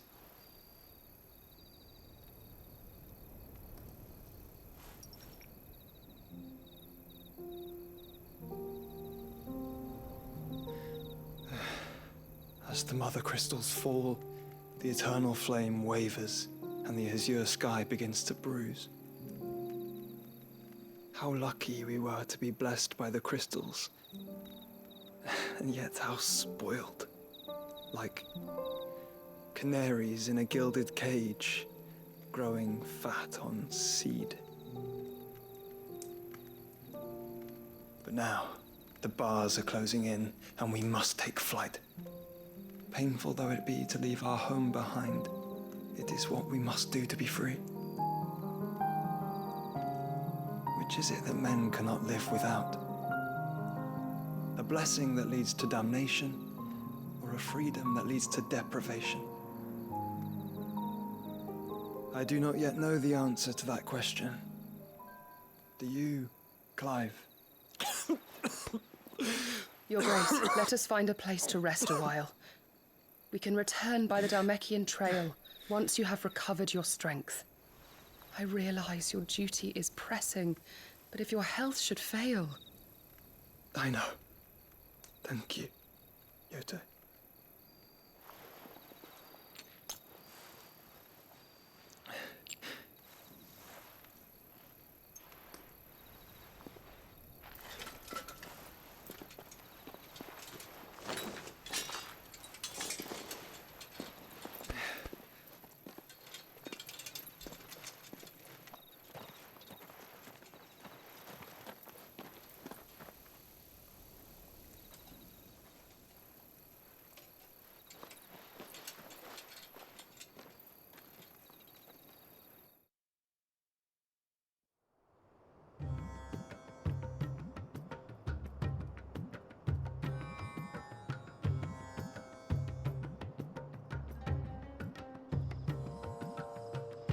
Army's attempt to breach the Empire's defenses and gain the Isles of Ark has failed yet again. Only because your fleet has proved as impotent as a eunuch on laying night.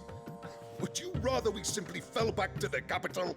Enough, both of you. All here agree that the Empire cannot be allowed to maintain its illegitimate claim on the Dominion. However, our casualties mount with each passing day.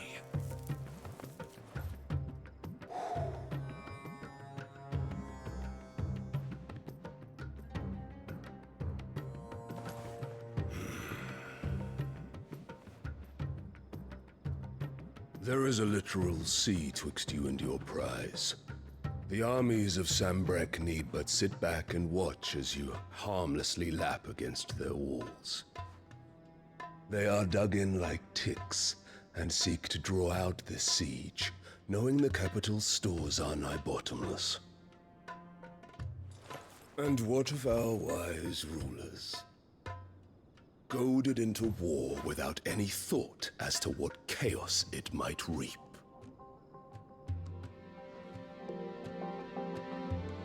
Republican soldiers starve while waiting for orders from Randalar.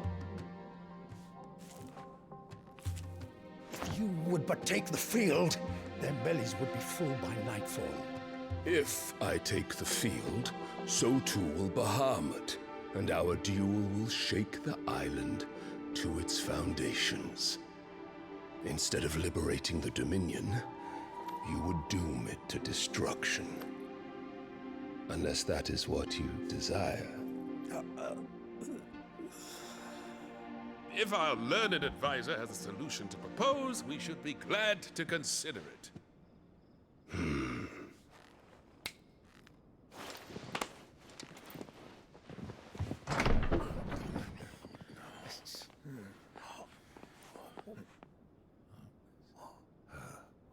Is that the Emperor's?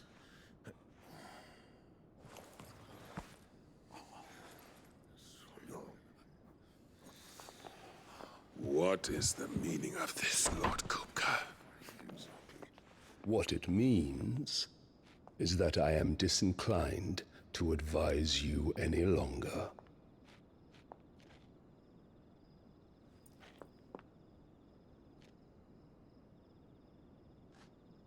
Ah, the looks on their faces when you walked through those doors. A perfect picture of stupefaction. They could not believe their eyes. Though I confess, I had my own doubts whether or not you would accept my invitation.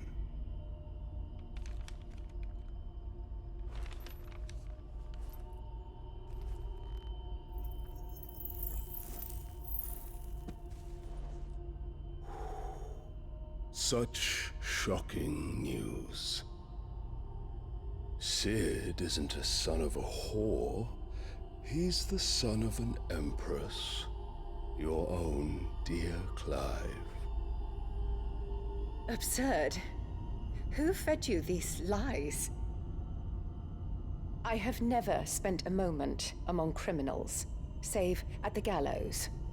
I came here with my son, not to entertain your baseless accusations, but to put an end to the senseless hostilities between our nations. Very well.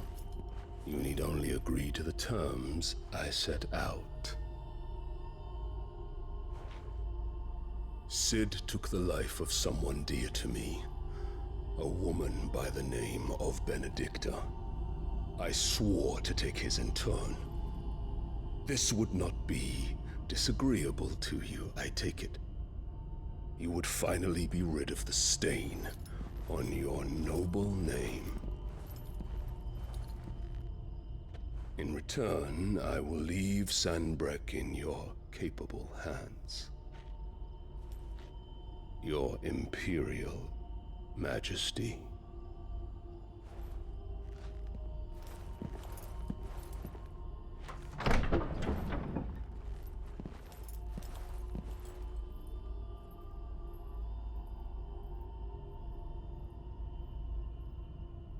And all for the love of a common whore.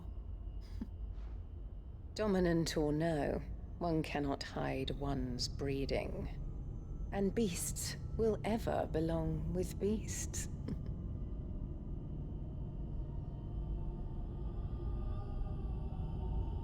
There are greater things in store for you, my darling Olivier. Soon enough, you shall be the crown prince of Sanbreque. And when your father goes to meet Great Griga, you shall be emperor of all you survey. The old order shall come tumbling down, and you will rebuild the world in your glorious image. Soon.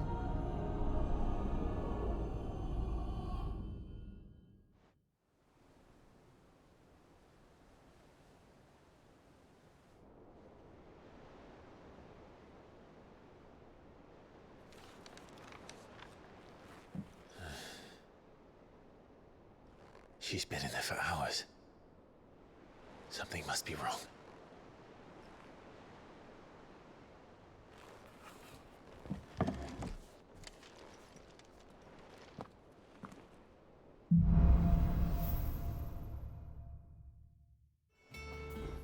Bother.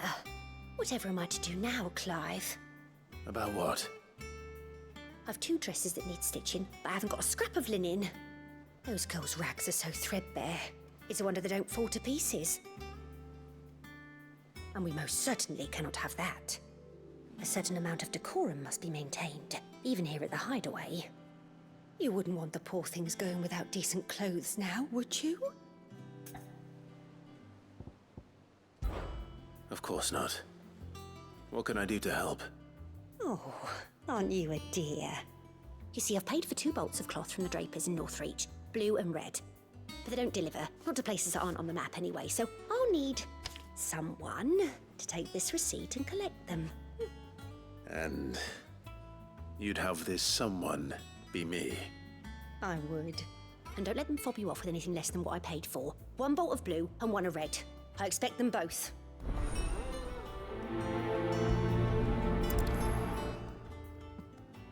Might I interest you in some swansdown? Perhaps some seersucker? Or herringbone? Just some linen. 2 bolts. Already paid for in full.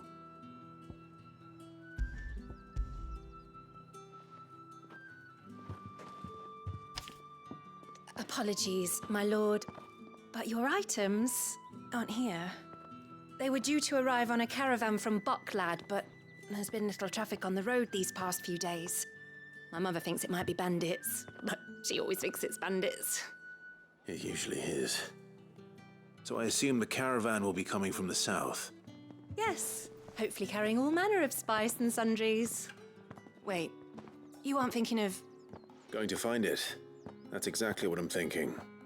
Oh, well then, be safe. Who's gonna buy my wares now? State your animals left them in. But they're hardly damaged at all.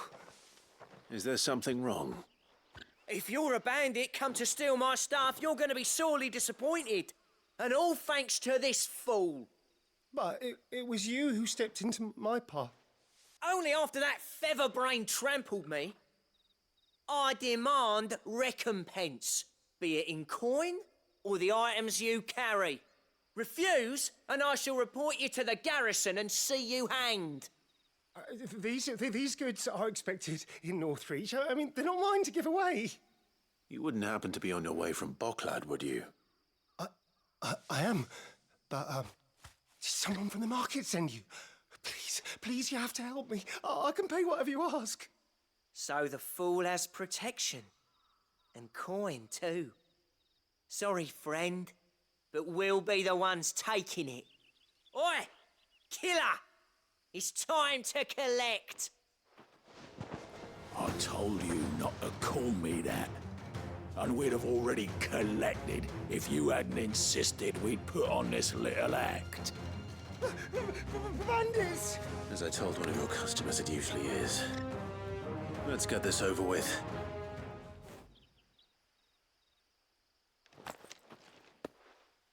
All right. You made your point. Killer my ass. Did he hurt you? No, thankfully. He seemed intent on letting the bandit do his dirty work for him, and he would have succeeded had the great lender not sent you. My shipment is safe, and my livelihood with it. You must allow me to reward you. We can speak of that once you're safe in Northreach. I'll accompany you there.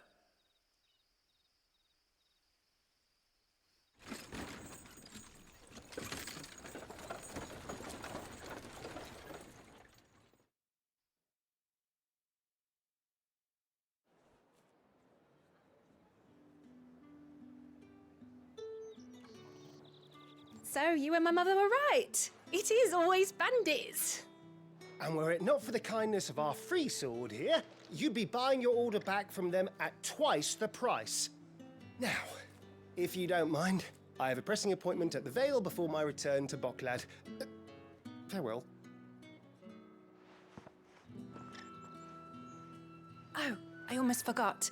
I suppose you'll be wanting your linen. You'll be happy to know both bolts arrived safely along with the rest of the delivery. I've also added a few extra lengths of our finest fabrics to the bundle. Free of charge. Are you sure? My mother would insist. It's the least we can do for the man who saved our shipment. That's that done then. Now it's back to Hortense with her cloth. Clive, sorry again for sending you all that way. But you did get my order, didn't you? Don't worry. I have it. I believe this will more than satisfy your needs.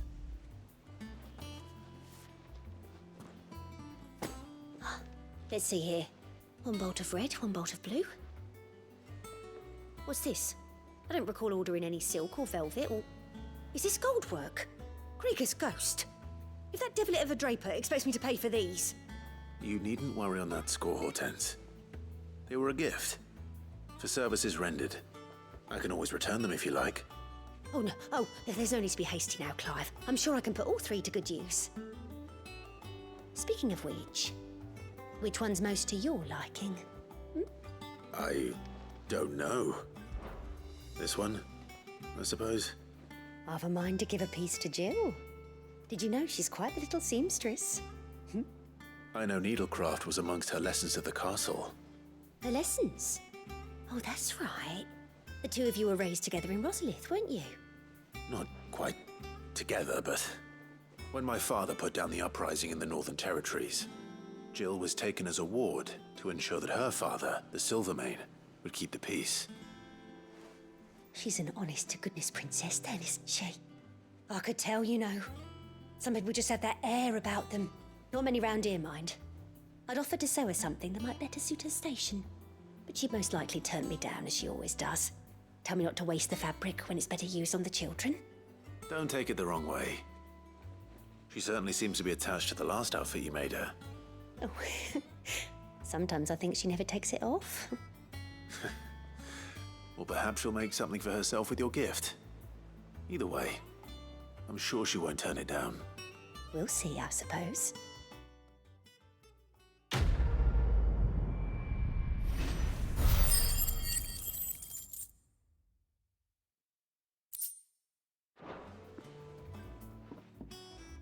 Sid, I know that when we came to the hideaway, we chose to let go of our past in order that we might focus on our future. We did. Nonetheless, I was wondering if... Well, I know you are from Rosaria, and I'm in need of someone with intimate knowledge of those lands. Apparently, the duchy is home to all manner of curative herbs found nowhere else in the realm. Among them is a flower called a morganbeard that increases the potency of lesser medicines. I can't say that I've had much practice healing. My youth was spent in the Bailey. A shame. You see, the hideaway relies heavily upon medicines procured from afar. And when those shipments are late, well, it's our sick who suffer. If we could find this flower and learn to grow it here, we might save many lives. However, as you are well aware, Imperial occupation has rendered the roads unsafe for those like me, untrained in the military arts. Now, I'm not asking the busiest man in the hideaway to drop everything and make the journey for me, but if you happen to be in the duchy on other business...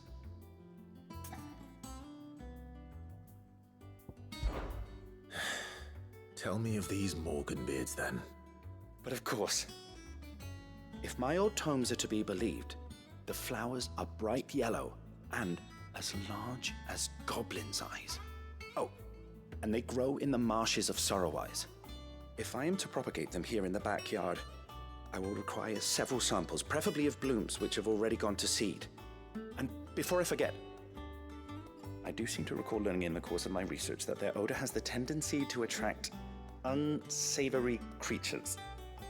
Nothing you cannot handle, though, I'm sure.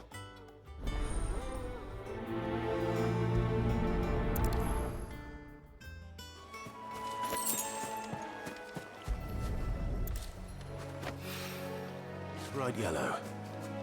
These are our morganbeards, all right. Well, if I've gone to this much trouble, might as well gather as many as I can. There's something familiar about this scent. It reminds me of home.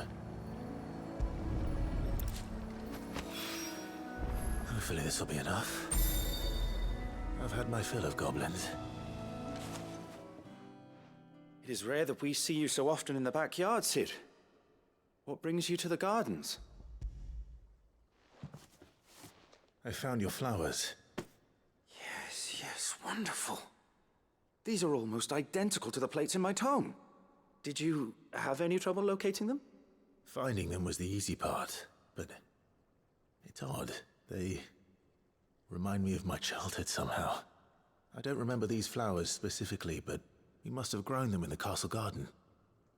If the petals are meant to improve the effectiveness of medicines, it's possible that the core physicers grew them for the tinctures and treatments they made my brother. If the ducal healers were convinced of their properties, that is all the more reason to begin growing our own supply here. Oh, allow me to use some of the flowers you brought me to make something that might aid you on your travels. I need only a moment to extract the essence from the petals.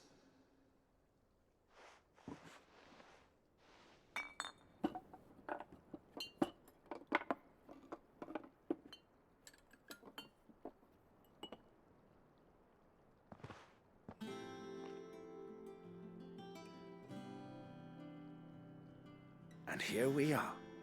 A phial of pure Morganbeard extract. A single drop added to any one of your restoratives will increase its potency. At least I hope it will.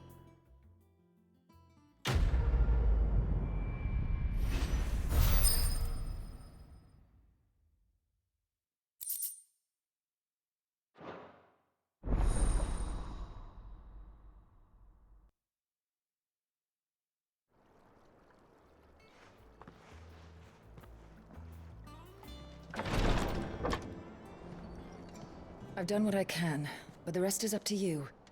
You need to start taking better care of yourself.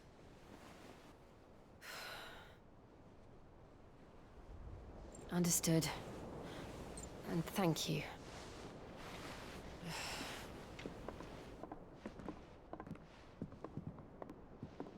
The curse has spread. Make sure she rests.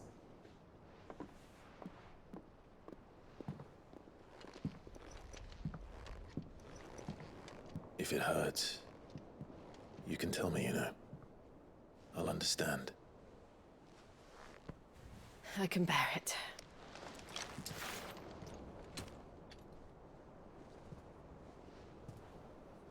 But you shouldn't have to. Not anymore. This isn't just your struggle, Clive. It's ours.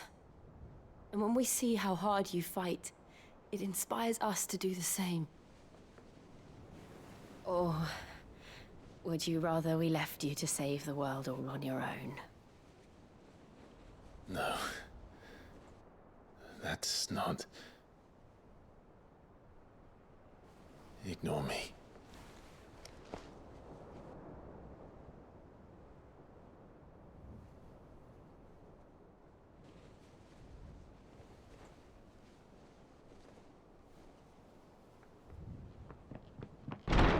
Clive, where are you?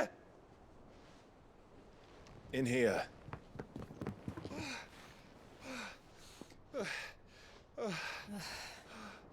What's wrong?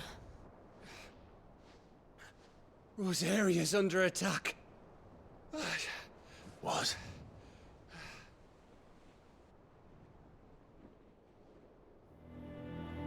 This isn't the Dalmekian army we're talking about. It's the men of the Rock from Drake's Fang. Hugo Kupka's private guard. There is in hell in Rosalith, trying to batter down the castle gates. Looking for me.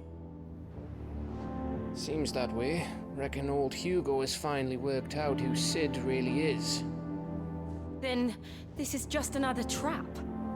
Ah, it's a trap, all right. The daddy of all fucking traps. I'm going to Rosalith. You're not serious. That's exactly what he wants you to do, Clive. Look, I don't know why Kupka harbors such a grudge against Sid. But as long as it's left to fester, our world will never know peace. He has dragged the rest of Storm into this pointless war just to find me. Beside which, I'm not about to stand and watch while my home gets ground into the dirt. Hugo Kupka must die. I've lost enough friends to that man already. I don't want to lose any more. So let's go and kill the bastard. I'm coming too. After all, we're in this together. All right.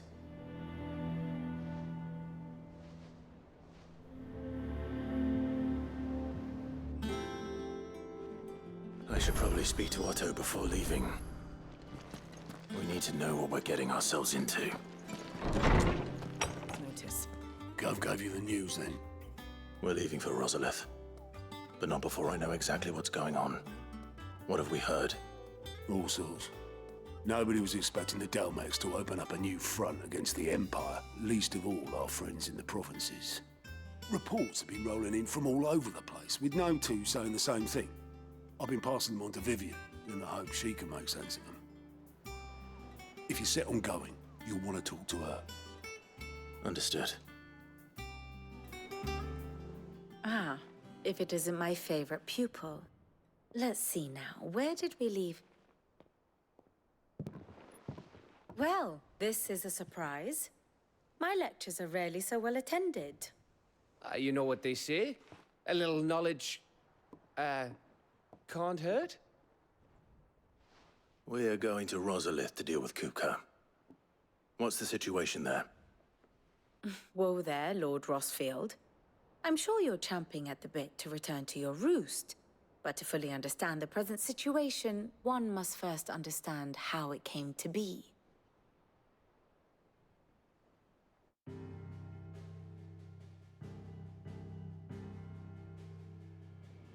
Let us begin with the story of Hugo Kupka, or the permanent economic advisor to the Dalmekian government, to give him his formal title.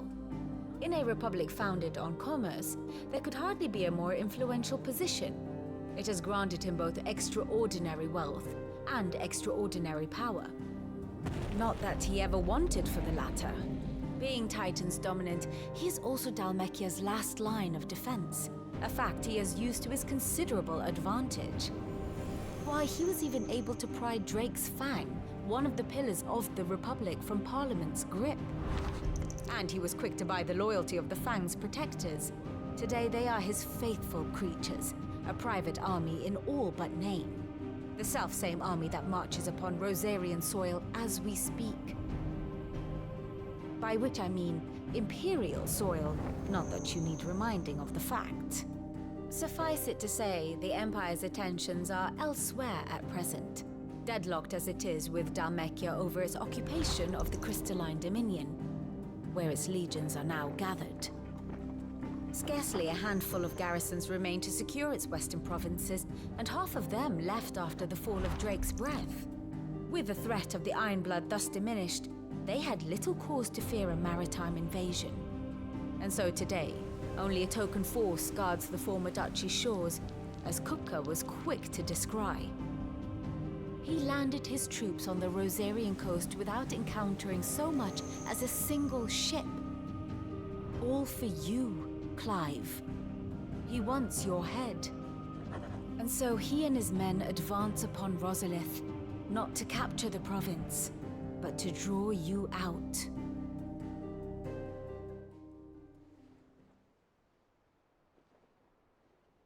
You said Kupka's forces sailed up the coast. What of Port Isolde then? Is the city safe? Quite, according to the Guardians of the Flame. The Dalmekian fleet floated by without incident, but not without remark. When they learned Kupka's forces were making for Rosalith, our friends were quick to begin arranging the exodus of her citizens. And so the stage will soon be set for your heroic homecoming. Alas, it will be a more trying task to enter the capital than it was to leave it. Hugo's men hold Buet Bridge, despite the Imperials' repeated attempts to wrest it back from their grasp. And they were careful not to repeat the Empire's mistake in neglecting their coastal defenses. The seas around Rosalith are firmly under Dhalmekian control. So tell me, pupil mine, what do you believe to be the best route to Rosalith? The north. We cross the northern border near Phoenix Gate, then take the road through Stillwind down to the capital. Hardly the quickest route, but at least we won't be spotted. A little local knowledge goes a long way, and so must you. We'd best get a move on then. Oh, will you be going too? Aye. I've been waiting a long time to give that fucker a taste of his own medicine. I would have missed this for the world. All right. We should be on our way. Lead on.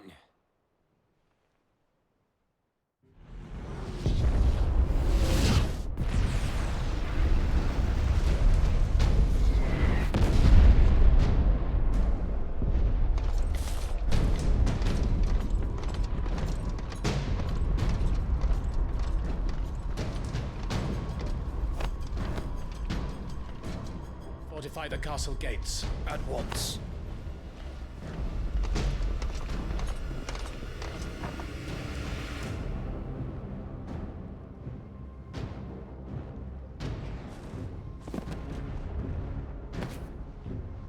Hugo and his men have been busy. They've already breached the castle's outer wall. The Imperials are holding the ground for now, but it's only a matter of time before the keep falls. Those fuckers really went to town on this place. Almost like they want to wipe it off the map. Just a means to an end.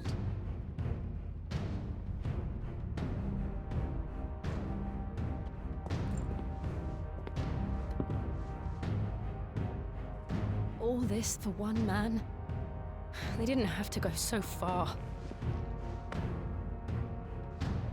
If you keep your wits about you, I reckon you can make it up to the castle without raising the alarm. I'll sniff out any townsfolk who haven't escaped yet and send them on their way. Be careful. Likewise. Don't do anything I wouldn't do.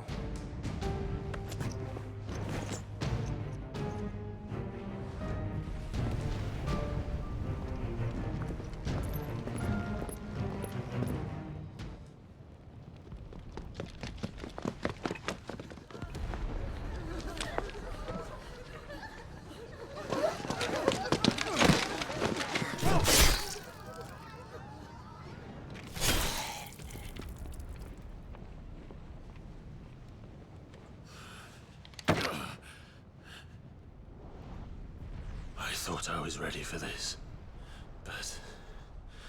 I know. It's like a nightmare. This was our home. Come on, Clive.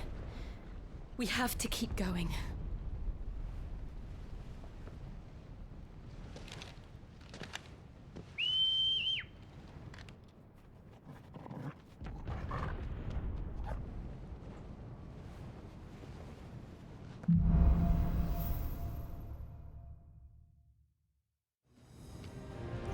This isn't an invasion. It's a massacre. He'll stop at nothing, Clive. Nothing.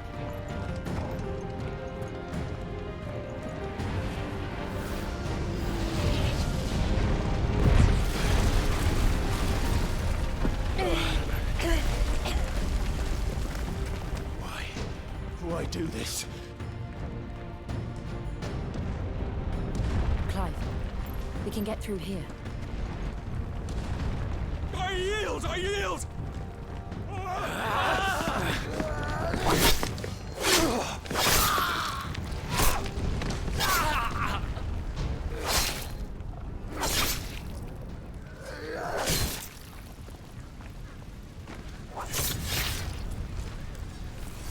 Look what we have here.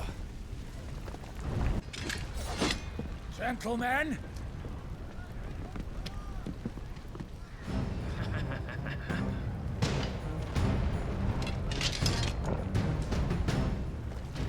Cut them down! With me, men! For the Empire! way!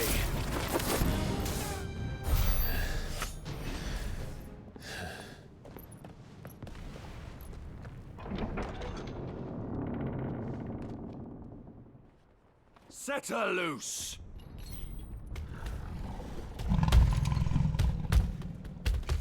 They have a curl.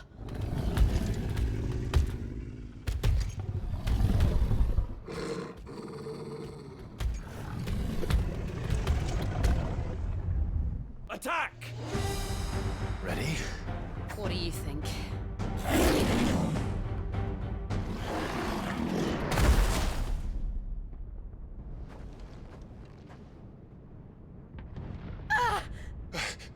Jill! We meet at last, Sid. Or should I say, Lord Rosfield? I've been looking for you for a very long time. Let her go, Kupka. I'm so glad you accepted my invitation. I went to some trouble with the decorations. Do you like what I've done with the place? Bastard. Such a pity your predecessor couldn't join us. But I am sure you will prove compelling company.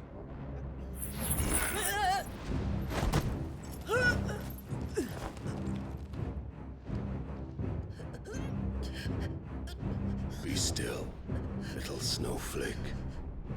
I would not have you melt before your starring moment.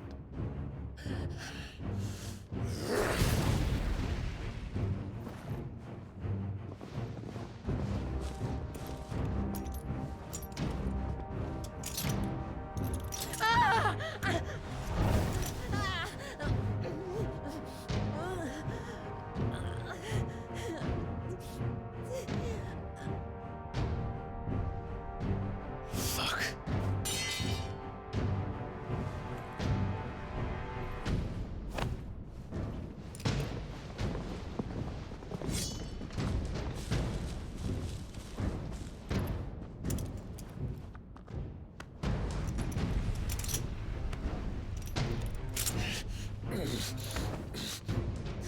Now, on to the festivities.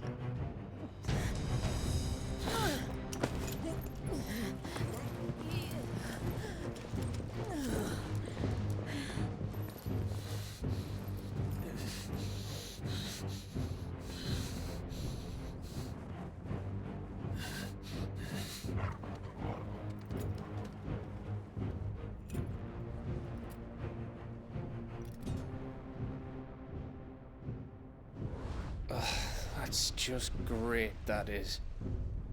I suppose it's up to me then.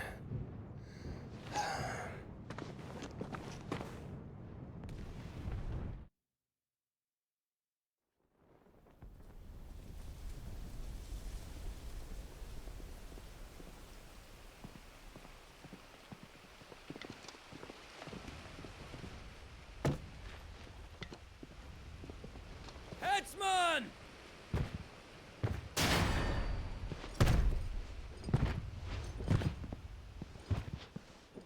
Where do you want me? You! Bring the prisoner!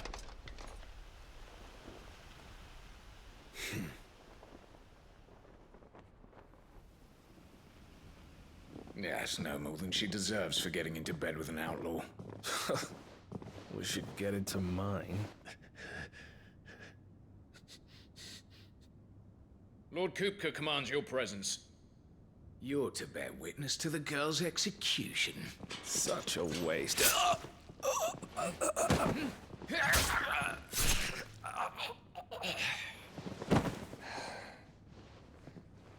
Gav! Shh!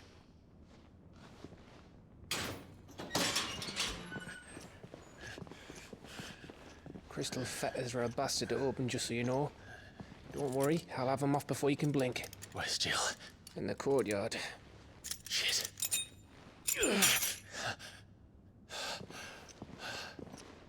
We have to hurry.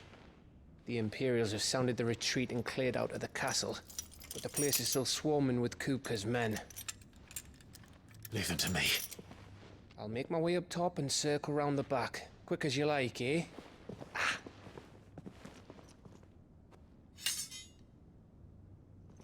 Nearly forgot.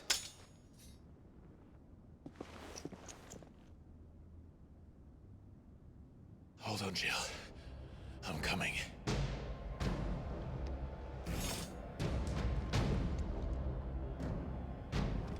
Don't you let her die.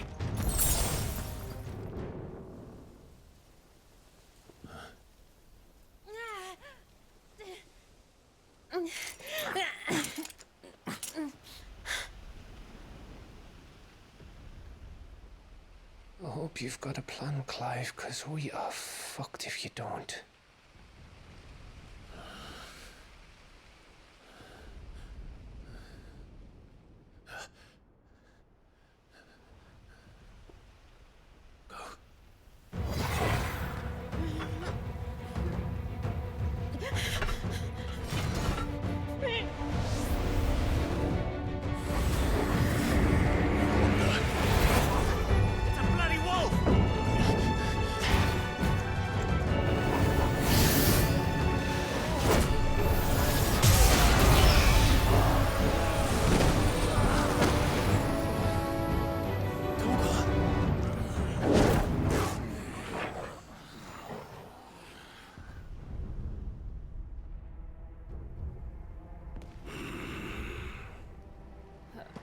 Jill, can you stand?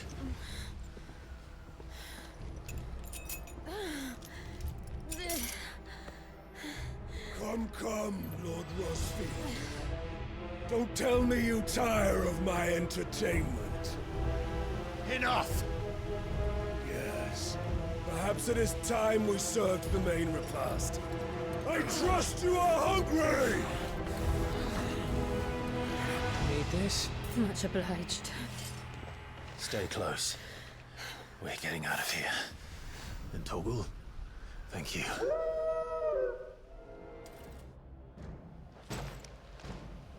It's over. For now. But I bet that wasn't the last of them. And they won't stop hunting us until Kupka's dead. So you get in there and finish the job, eh? Go on. If they come again, we'll hold them back. All right. But be careful.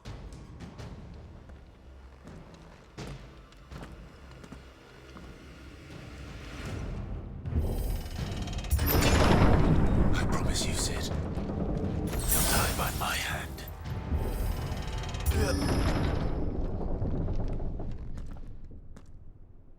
Kupka. You're late. Trouble on the way. Just enjoying your entertainment. How gratifying.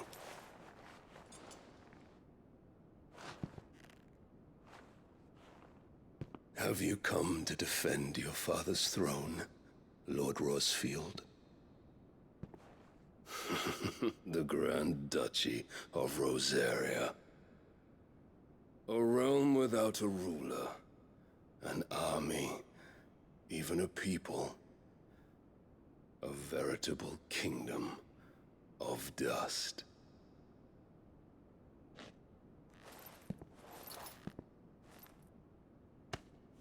Truly, I see no throne to defend.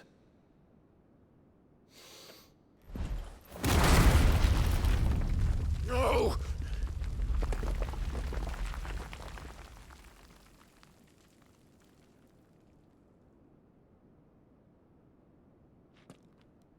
Enough of your games, Kupka. Just tell me what you want. Sid's head in a box. Imagine my disappointment when I learned that he met his end at the hand of another. And my relief to learn that you had taken up his thrice-damned name.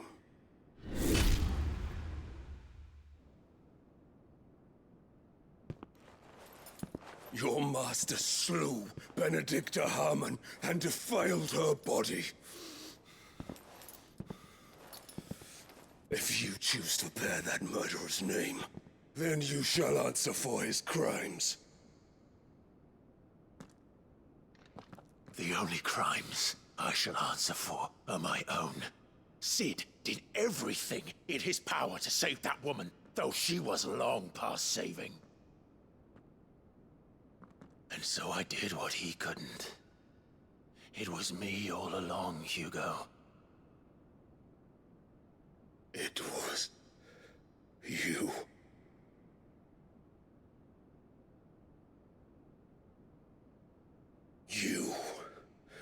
You killed her. I did.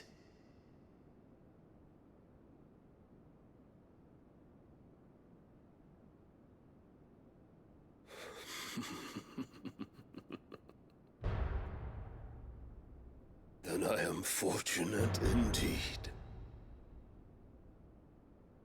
I had thought the most I could wish for was to take the life of one he loved, just as he did to me. But it seems I was wrong. And I shall have my revenge. We shared a dream! I would be the king of the world! She would be my queen! And together, we would rule like the gods we are! But you crushed that dream, ground it into dust!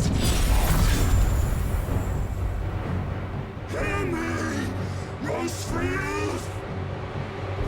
You will pay for what you've done. I'll tear you apart with my hands! And what of you? How many people have you killed? How many dreams have you crushed? You're not the only one who's seen their world fall apart around them. You'll get no pity from me, Kuka. No pity. And no mercy. Now die!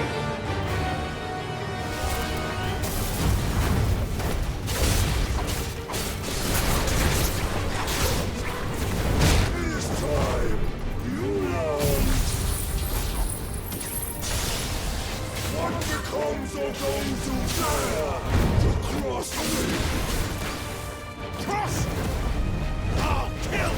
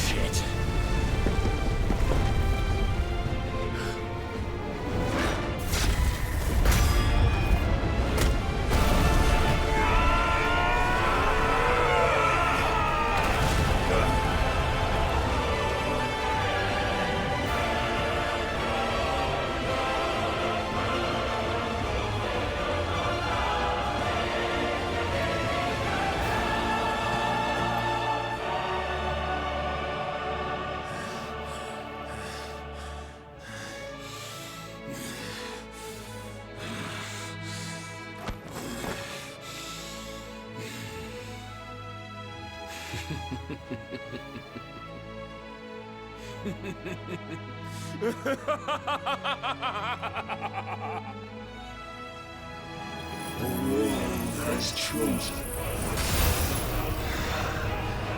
I am in my element.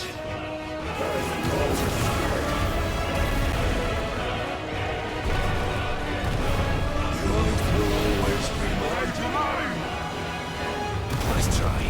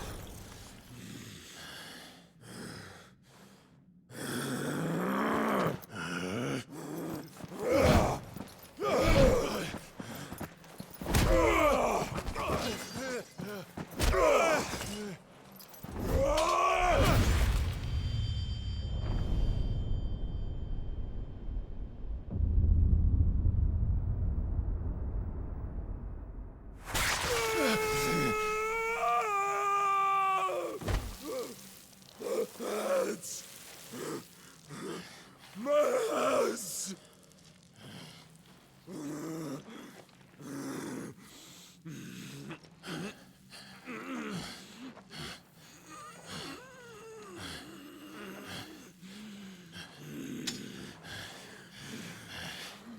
Son of a whore!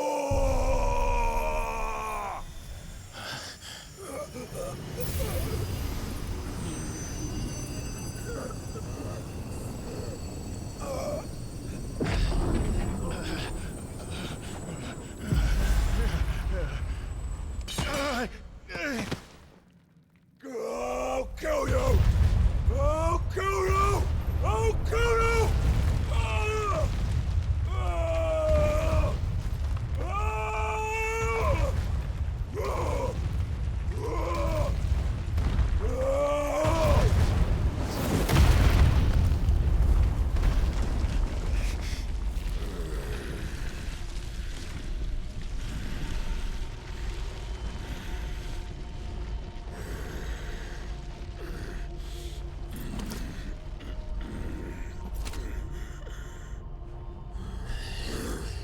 I'll fucking kill you.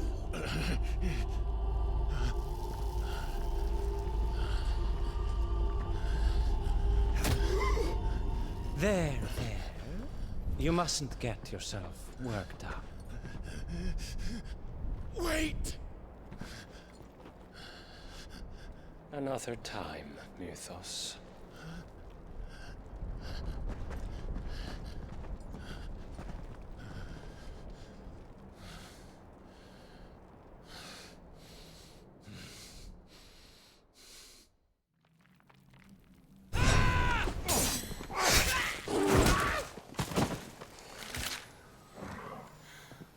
Is that all of them?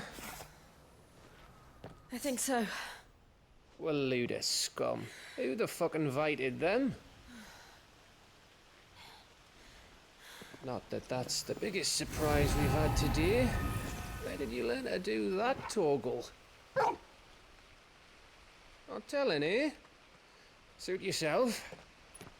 Gav, we have to find Clive. Right, sorry.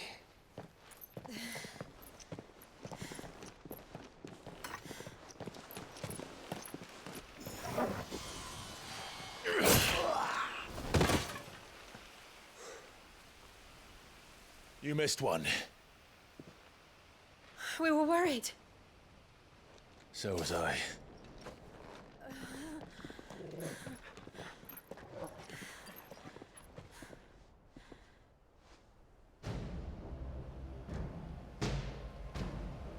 I was so close. If it hadn't been for my gift, I would have finished him. I'm just glad you got out of there alive. When did the Royalists arrive? Right after you went inside. Just when we thought we were shot of Titans, lot. In pile Odins. Not enough of them to worry us, though. No. You didn't see the one who took Kupka away. So, what? You think they came here to save him? Well, I'll be fucked if I know what's going on, but every minute we spend racking our brains, that bastard's getting further away.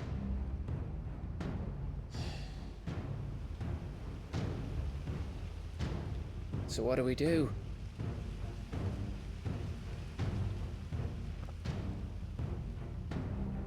We go back to the hideaway. I'm too tired to think. As are you, by the looks of it. And after what Jill's been through. Let's worry about Kupka later, shall we? Aye. All right. It'll give us a chance to solve the riddle of your magic mud, too. Hey, how you feeling? Ready to go home?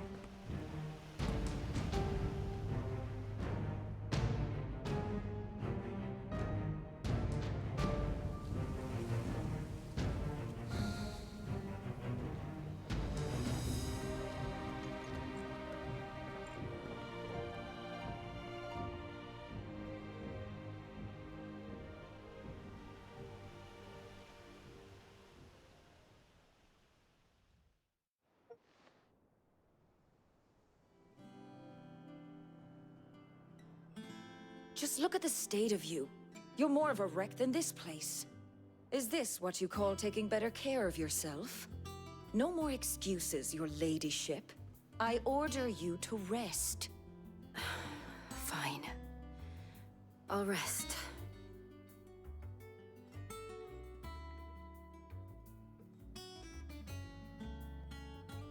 Don't worry, Gav. She's in good hands. But we should have never let her fall into Hugo's. Back when he had some like. The question is, where is he now? And what the hell were those royalists doing there? I was wondering about that all the way home. Otto may have heard something. I'll talk to him. And I'll talk to Tomes. The lawsman. About what? About your faithful hound for a start. If any four-legged friend's ever done that before, I'm betting Tomes will have read about it. But what I want to know is, what happens afterwards? It's all well and good Torgal saving our arses, but if it costs him what it cost Jill... Right. Let me know if you learn anything. Will do. And you do the same, eh?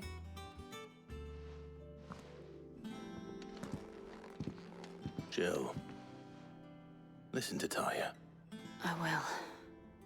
Thank you.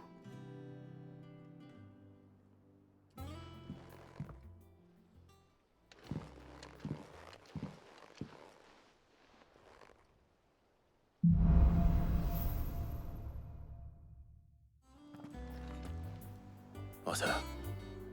Is now a good time? It's not a bad one. How's Jill doing? She's been better. Taya's making sure she gets the rest she needs. Good. Any word on Kupka's movements? Vivian's doing what she can to try and track him, but she's feeding on scraps. We've sent ours out to the Curse Breakers and our other friends in the West, asking them to keep their eyes peeled for anything unusual. No leads yet, but it's only a matter of time. Right. Let me know when you find something. There he is. All right, Clive. Still busy saving the world. Mid. When did you get back?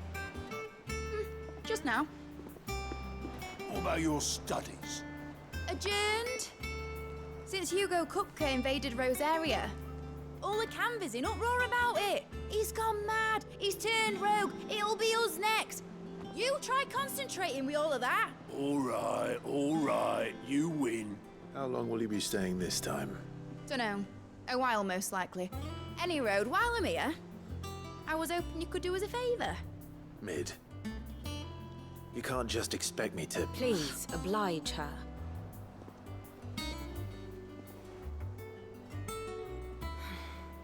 While we are busy tracking down Kupka, you should have a little time to spare. Professor! Now there's a face I haven't seen in a while. Shouldn't you have it buried in a dusty old tome? I did, till a familiar trill pricked my ears. As ever, your exuberance is a breath of fresh air, which successfully scattered the painstakingly assembled fragments of my thoughts. I'll take that as a compliment. Well, Clive, you heard the Professor. So, I'll meet you in the storeroom when you're done. Wait, hold on.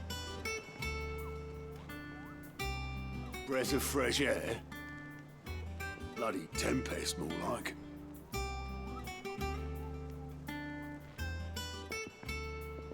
Oi, Otto, you got my gill? Huh? What are you on about? My fee for bringing Mid across. She said you were paying. That little... The storeroom, was it? I wonder what Mid's plotting. You took your time. I'm a busy man, Mid. I'll get to the point then. I want to turn the room down there into a workshop like the one I had at Dad's place. Mid, you've only just come back. And I've been thinking about it for a while. Dad said I had a knack for engineering. Told me everything he knew about it. Then sent me off to Canva to learn everything he didn't. That was his dream for me. That one day I'd put my studies to use for the good of the cause. but I'm helping no one stuck at school. I've studied enough. It's time I put my neck to work. I know that I can help the people here, and I want to do it. Well, well, well. If Sid could see you now. All right. I'll tell Otto you'll be staying. I knew you'd say yes. Which is why I wrote up a list of jobs for you. For me? Who else? What do you want me to do? First things first, I need equipment and materials to start making my own. There's the designs for the stuff I need, and the stuff it needs smithing from. The other materials I can work myself. Just need a generous benefactor to lay them on for me. Apart from the wood, I'll need a carpenter for that, but I can just borrow yours. Is that everything? For now. I'll let you know if I need out else.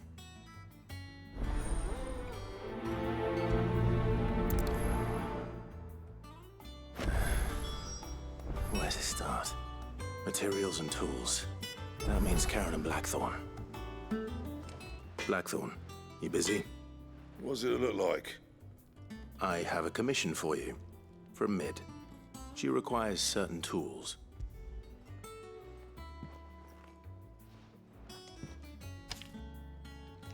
Do you think you can make them? Bloody hell. What's she planning to build with this stuff? An airship? I'll see what I can do. Till I'll bring them over when I'm done. My thanks. And Mid's, no doubt. Was wondering where you'd got to. Mid's back from Canva. Have you seen her? Just now. She's planning to set up a workshop in the stores and ask me to buy her some materials. Here's the list.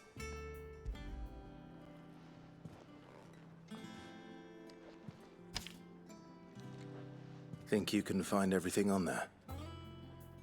This lot. Wouldn't be much of a trader if I couldn't. Excellent. As for payment... It's paid.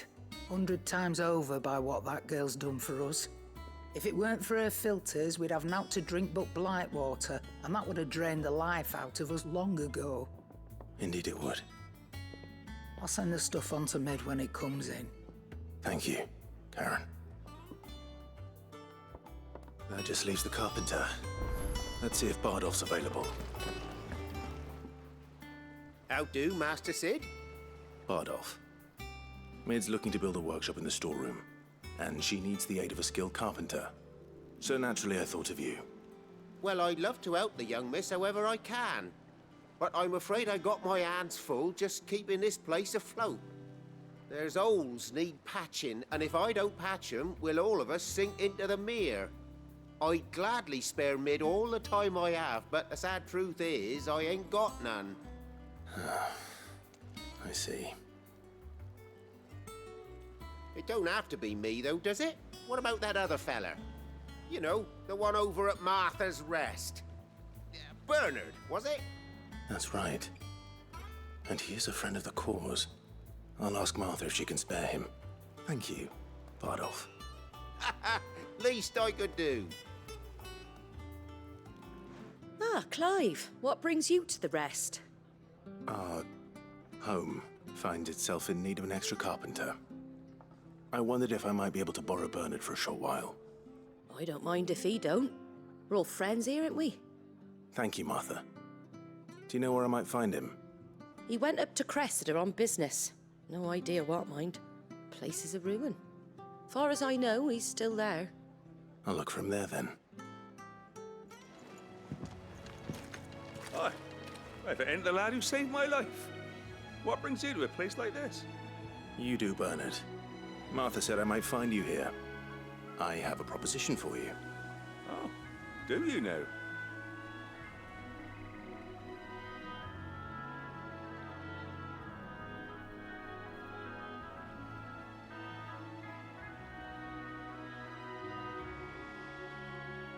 Building a workshop, you say? Well, that beats tacking boards to bridges, sure enough. And if Martha didn't mind me being gone a while, then neither do I. You just tell me where you want me.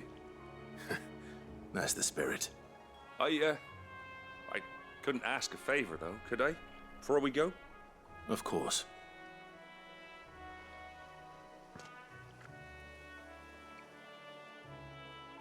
Well, that there is Cressida, where I grew up. Ain't much left of it now, though. Except my parents' graves. But I came up here hoping to visit. I even patched up the bridge to get across.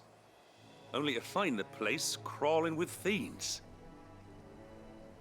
But you're a dab hand when it comes to dealing with beasts and bogles, ain't you? Any chance you could, It's the least I can do. Well, thank you kindly. And take care.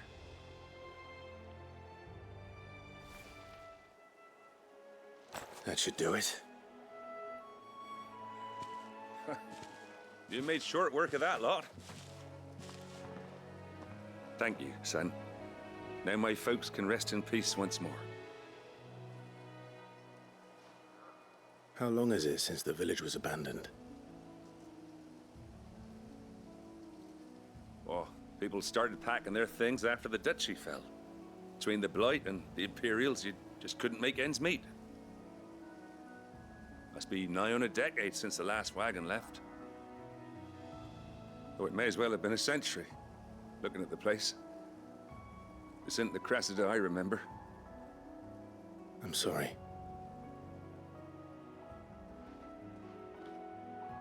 Ah, don't be. Can't live in the past, no matter how nice it might have been.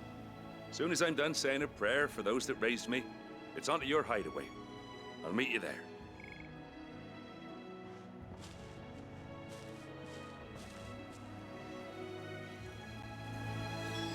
That should take care of Mid's little list. Better head back before she thinks of anything else. All right, Clive. You've all done then? I am. I've placed your various orders, and a carpenter by the name of Bernard is on his way from Arthur's Rest. That's brilliant. Thanks, Clive. Is there anything else you need? Nope. Blackthorn and Lady Karen have already sent over everything I asked for, and I've got all my plans drawn up. So as soon as Bernard gets here, we can get to work. I can't wait.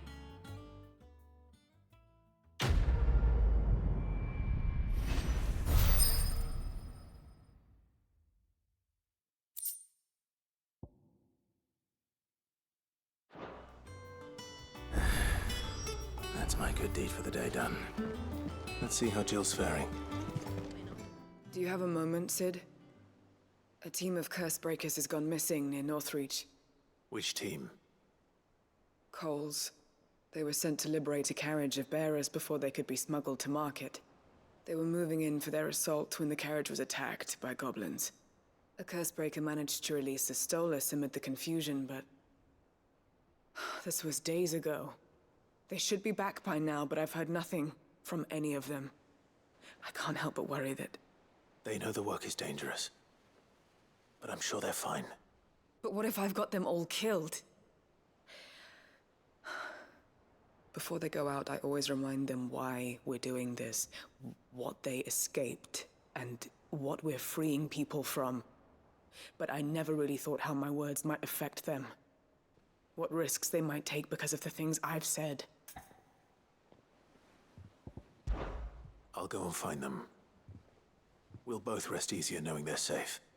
Thank you, Sid. And I'm sorry to trouble you with this. The plan was to intercept the slaver somewhere in the Dragon's Eyrie. I can't tell you much more than that, I'm afraid. That should be enough to go on. If they were there, Torgal will track them down.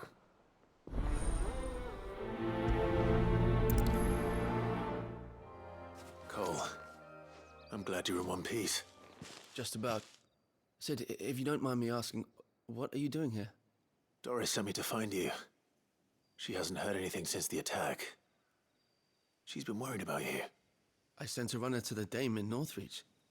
The hideaway should have learned of our survival yesterday. Well, I'm here now. And it looks like you freed the bearers. Only some. The rest locked themselves in the slaver's carriage rather than fleeing when they had the chance. I want to help them, Sid. But we're barely in any state to protect those few we did save. You made the right decision. Now where's the carriage? The goblins may still be out there. You have duties to attend to here. See to the injured. I'll handle the rest. All right. Just follow the path to the south. You'll come across the carriage soon enough. And please, hurry. If the beastmen get to those bearers, the poor souls will be eaten alive. I won't let that happen. Thank you. And Sid, it's good to see you. Don't thank me just yet.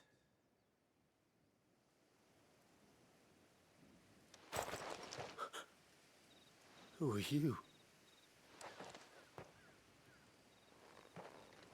A friend. Are there any more survivors? Why didn't you flee with the others? If the goblins had made it through that door, you wouldn't have stood a chance. Why should we run? One miserable death's no worse than another. Perhaps. But we're here to give you another choice. Freedom, safety, the life you've been denied. Come with us. Let us protect you. Sid, I couldn't just let you... You weren't too late then. Thank the gods. This man risked his life to save yours. To give you a second chance. Fine. Do with us what you will. What we'll do with you is take you to safety. After that, it's up to you. Your lives are your own now. You can leave the rest to us, Sid. We'll get everyone back to the hideaway. Thank you. I'll let Doris know we're expecting new arrivals.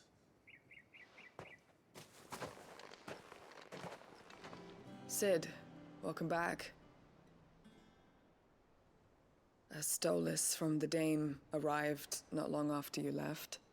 If I'd just waited a little longer, I might have been able to deal with things myself. Or maybe I wouldn't. I keep making the wrong decisions. Cole and the others got home safely. You made exactly the right decision. No, I was lucky. I've been tracking that slaver for months, and then I sent Cole and you after them woefully unprepared. What kind of leader sends people into danger without considering all the risks? I should have urged greater caution, told Cole to be wary, to pull back at the first sign of trouble. We swore the same oath as you, Doris. It's good to see you safe and well, Cole. I'm sorry. With all due respect, we Cursebreakers don't risk our lives because you commanded of us. We risk them because we believe in our cause. No one with doubts ever joins our ranks. The agony of removing the brand more than sees to that. We all know how much bravery that takes. Cole,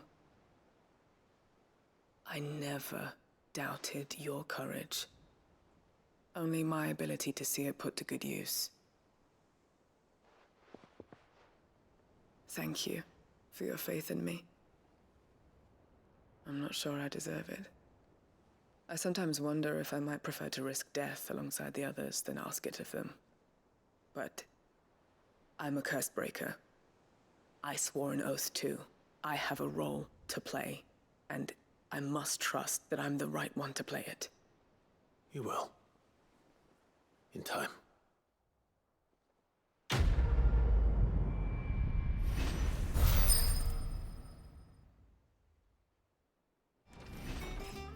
Ah, Clive. Talia.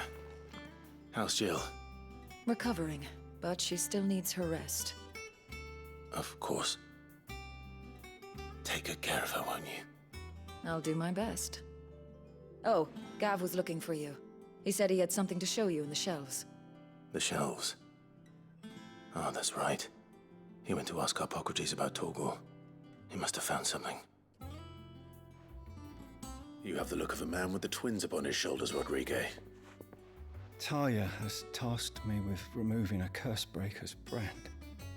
But it's my first time, and I don't think I can do it. I'm afraid of what happens if I fail. You survived, I know, but there as many die as recover. Is it really worth the risk? You don't need me to answer that. You know full well what we're fighting for. I hope as much as you that one day bearers can walk among others as equals. But until that day, a brand is a burden, and we must lift that burden in order to go undetected. The operation may be dangerous, but it's also essential, and we undergo it willingly. I know. I still wish there was some other way. But griping about my lot helps no one, I suppose. Don't worry. I'll do what must be done. I know you will. Unfortunately, the first thing that needs doing is the preparation of a draft to dull the pain. Something I can't do with the infirmary's ammonia supply so low. What few leaves we have would barely be enough for removing a splinter, let alone a brand. Just tell me what you need. You'll go? Oh, thank you. No one knows Herblord like Taya, and she swears by ammonia for easing pain. It's simple enough to find, if you know where to look. And fortunately for you, I do. Along the river near the village of Amber over in Rosaria. Just search for the bright blue blossoms.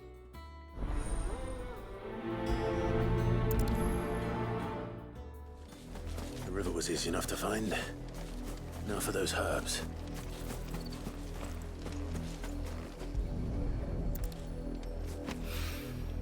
This is the only plant around here with blue flowers. I hope it's the right one.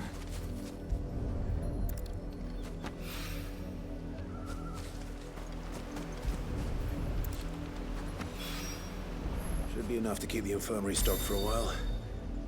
Hopefully this will put Rodriguez's mind at ease. I hope you didn't have too much trouble finding the ammonia. Only the usual. Oh, yes. This is it. And more than I was expecting. I dare say the patient won't feel a thing. That is, unless I... You'll do fine. Taya trusts you, which means I trust you. The hideaway would be lost without skilled physicers like yourself. Thank you for the kind words. Truly. But... I'm sorry. I'm still terrified. The brand is more than just ink on flesh. It's a death sentence. Milk of the wyvern tail lurking just below the surface of the skin. One ill-conceived incision, a single slip, and the poison fouls the patient's blood. Failure means death, and even success means tremendous pain. Days of agony as the wound heals. I became a physiker to help people, not to kill them. I don't want to kill anyone. Cursebreakers lead hard lives. And the operation is only the beginning. They toil in the shadows, risking life and limb, knowing their efforts will win them neither glory nor acclaim. And yet we have no shortage of volunteers. The day I decided that I would take Sid's name was the same day Taya took my brand. I remember. It wasn't long after we came here. What little medicine Taya managed to salvage from the wreckage of the old place had been used up treating the wounded. She begged that your operation be delayed until a new supply of antalgics was found. Procedure was even more dangerous back then. Only a few souls had undertaken it. Doris, Cole, a handful of other Cursebreakers, and those who are no longer with us. Those who lost their lives in the process. It wasn't something to be done lightly. No. But it was something I had to do, if I was to take Sid's name. He always led from the front, and never asked anyone to take a risk for his cause that he was unwilling to take himself, even if he knew that it might cost him his life.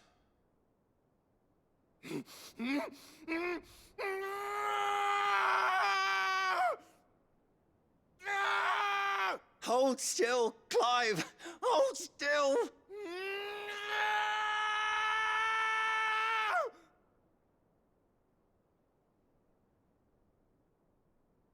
I knew there'd be pain.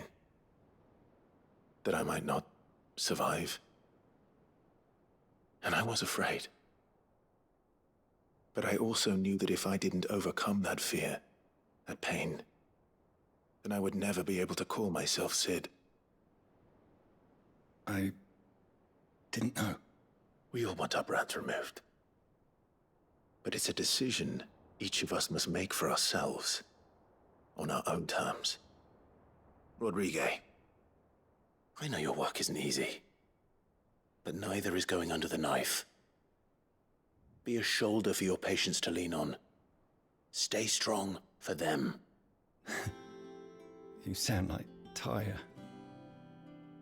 Do you know what she once told me? It's natural for a patient to feel like they're suffering in solitude. And it's a physicist's duty to see that they don't. Thank you for helping me remember that. I won't falter. Not again.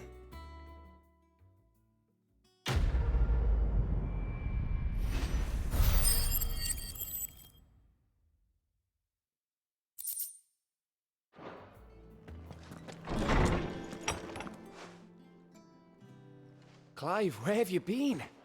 I've been wanting to ask you something about Torgal. Where did you get him, like, in the first place? My father brought him back from one of his expeditions into the Northern Territories. They were crossing a snowfield when they heard his cries, and seeing no sign of his pack, they took him in. What do you reckon, Torms? It certainly adds weight to the theory.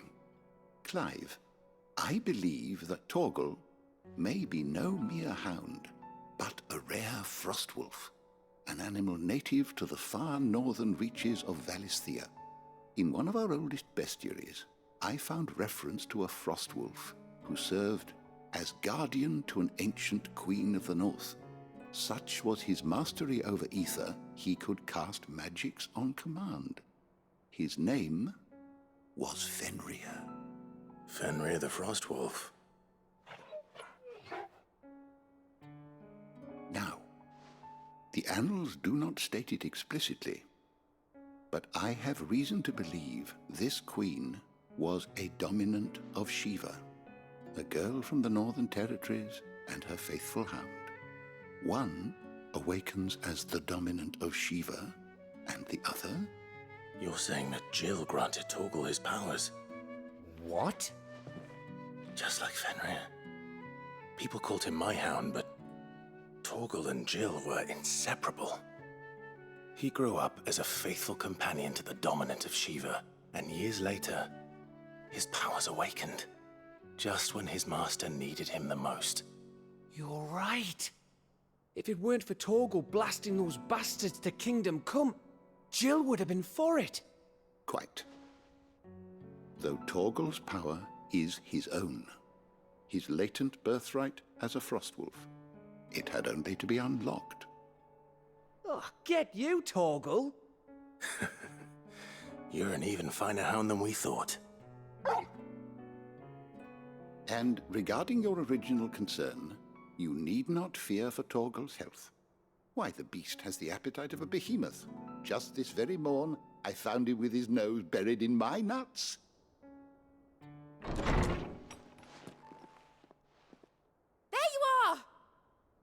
I've been looking everywhere for you. Bernard's here. I need you to introduce us so we can get to work. I shan't be a moment.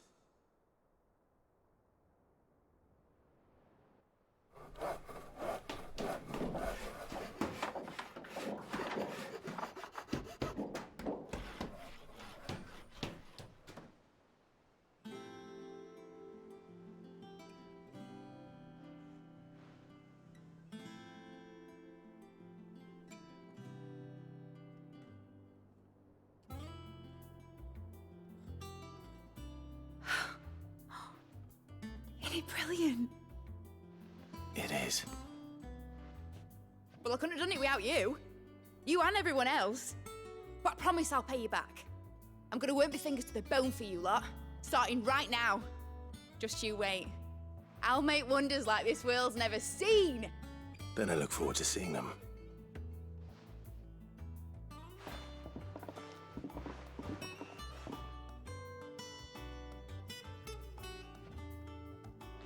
Now that that's settled, I wonder if Vivian's made any progress tracking down Kupka. How goes the hunt for Kupka? Largely in circles. We have myriad sightings of strange soldiers in unexpected places, but nothing definitive as yet. If only we knew for certain by what route he left Rosalith. Well, keep at it. If anyone can piece this puzzle together, it's you. And I'm willing to wait as long as it takes.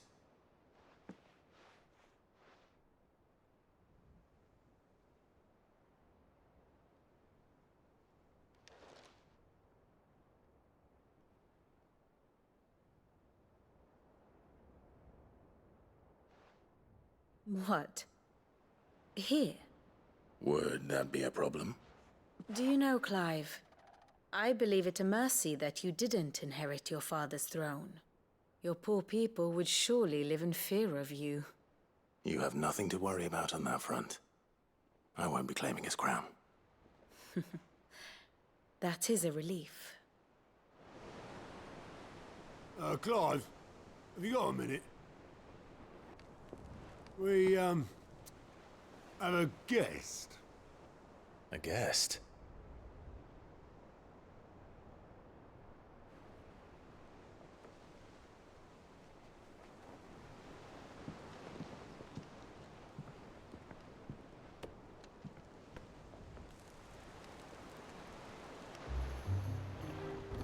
For your trouble. It was a pleasure, in hindsight. Uncle Byron? Clive, my boy! Tap a cask and stoke the ovens for your favourite uncle is here!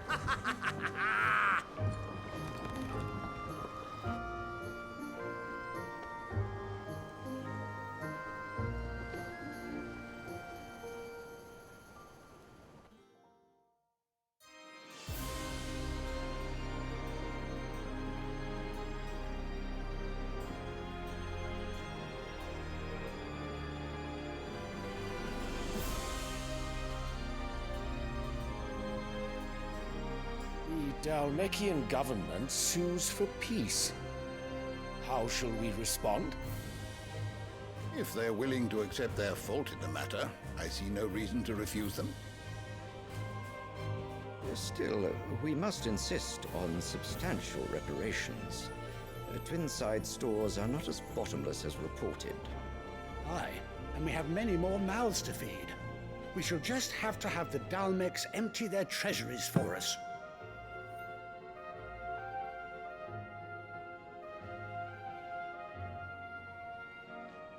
Of course, none of this would have been possible without your timely intervention, Prince Olivier.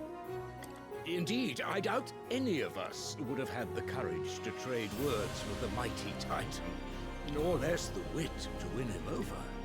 The Empire owes you a great debt. May the blessing of the crystals go with you, Your Highness. May the blessing of the crystals go with you. Very good.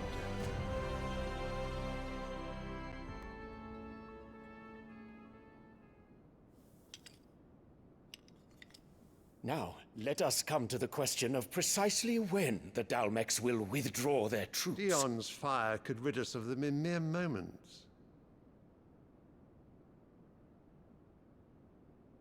The men of the Fist will not withdraw until a peace treaty is concluded.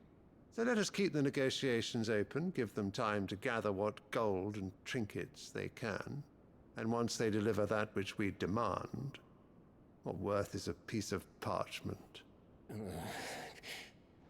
Your Radiance, were Prince Dion to take the field, the enemy would surely send their own dominant to meet him.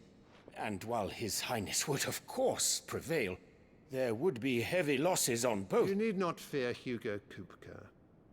He is engaged on the Western Front. Even were the Dalmeks to send for him, he would not arrive in time. As much as I would enjoy witnessing a clash between Bahamut and Titan, it is not to be. And what of your subjects, Your Radiance? If the fighting spread to the city proper, the people would bear the brunt of it. There will be losses, it is true. Yet for every citizen who falls, another can be bred. For every home that burns, another can be built. The Empire will live on.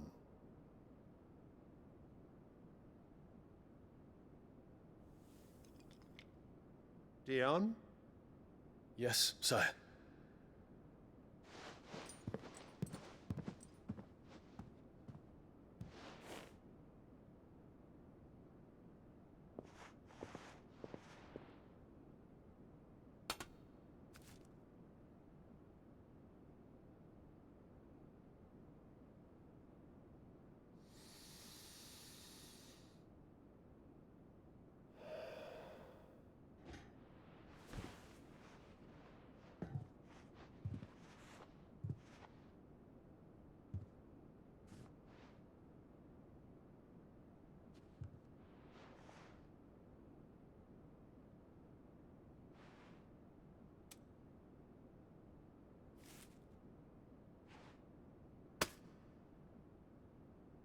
Prepare for battle.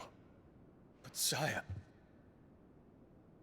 Do not make me repeat myself. Return to your camp and await my orders.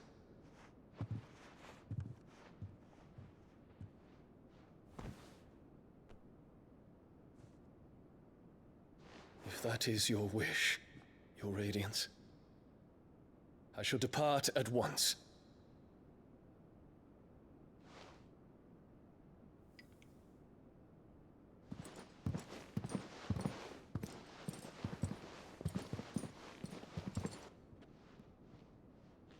May Gregor forgive you.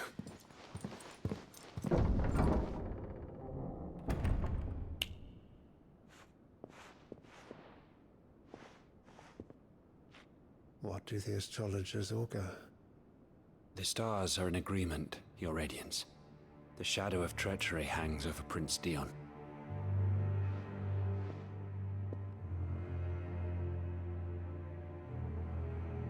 So Annabella's tales were true.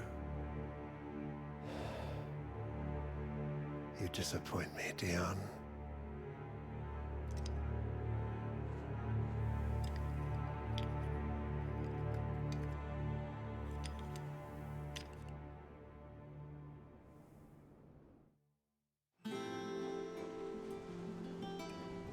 What on earth is Uncle Byron doing here? Only one way to find out. Ah, my dear nephew. How I've missed you. How did you find this place, Uncle? Through the good offices of young Sir Wade. He really is the most helpful fellow. As are you, I hear. The Guardians and those they freed tell the most outlandish tales of your heroics in Rosalith. Which is why I came, to learn the full truth of the matter. Sort the fact from the fiction, so to speak. You were working with the Guardians of the Flame to evacuate the people of Rosalith to Port Isolde. I was, aye. Then I have questions for you. Please, come inside, Uncle. Gladly. You there? There are 2,000 gold talents in those chests. See that they're added to my nephew's coffers, would you? 2,000?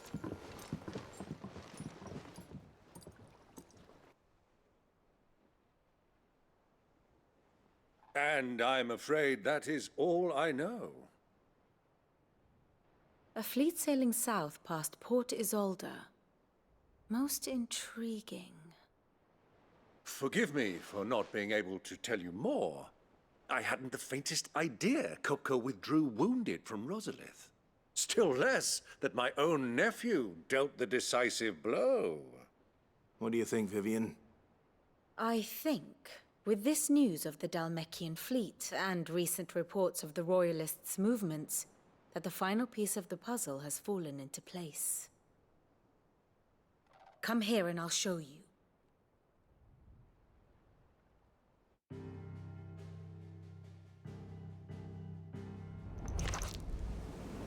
It is known that Kupka's forces entered Rosaria via its unguarded coast. So can the same be said of your visitors from Waloed? Certainly, her royal navy is famed for the efficiency with which it bears her knights from one battlefield to the next. And in the Einherjar, or Black Galleon, she boasts a vessel nigh as swift and every bit as feared as the kingdom's legendary cavalry. A fitting flagship for a land apart, her naval presence being crucial to her ambitions beyond Ash. Yes, it seems safe to assume that the Royalists did indeed enter Rosaria from the sea. So then, had you a vested interest in Titan's survival, whither would you take him? Why, home to Drake's Fang, a place rich enough in aether to conjure the magics needed to mend his hurts. Or would that not entail an arduous voyage around the southern cape? Let us say that the Royalists did put ashore with a mind to spirit Kupka away from under your very nose. Could that truly have been their plan for him? To load him aboard one of the ships flying Republican colors sighted off the coast near Port Isolde. To spend weeks at sea, being tossed hither and yon by unforgiving waves, his life hanging in the balance. No. The journey would mean Titan's death, and Kupka's faithful creatures would not allow it. So what then was the plan of our Waloed friends? Reports suggest they made not for the coast, but for the desert. And by cutting through the Velcroy, a party traveling light would have Titan back in his bed days before a galley could lurch into port. To wit, it was the Royalists, not the Republicans, who effected Hugo Kupka's safe retreat. I would stake your life on it.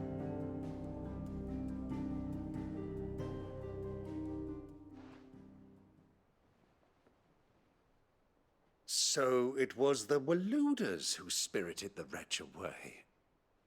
Now I think about it, there was something a little strange about the ships I saw. The men seemed almost crestfallen, as if in mourning, as if they believed, or were made to believe, that their master was dead. You have a keen mind, Lord Rosfield. And you have your answer. To find Kupka, you have merely to follow the Royalist trail across the Velcroy. It may well have gone cold by now, but as they say in the Republic, all roads lead to Drake's Fang. Allow me to accompany you part of the way. As luck would have it, I had intended to journey Canverward on business after visiting you here. The Fang would be but a short detour. I'd be glad of the company. Give me a moment to make ready. I need to tell my friends what we've learned, and where we're going. Very well, but be quick about it, my boy. Time waits for no man.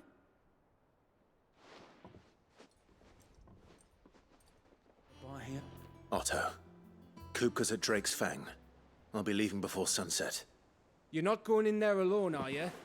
Don't worry. I'm not going there to destroy the Mother Crystal. All I'm after is Kupka's head. I won't risk any more than I have to. I promise. The lands around the Fang are all Kupka's personal fiefdom. You have any trouble on the way, you ask for Rosina Dalamil, Suncaller, the Desert Hare. Who is she? An old associate of Sid's, and only Sid's. All I know is the name, and that they used to meet at the Dalamil Inn. We've heard nothing from her since he died. But I'm thinking maybe the new Sid might be able to bring her back into the fold.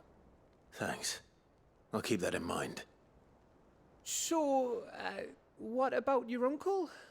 I mean, he's welcome to stay, but... Don't look so worried. He'll be coming with me.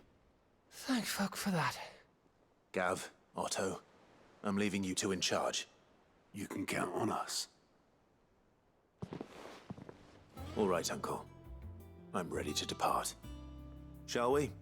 We shall. Come, let us away to adventure.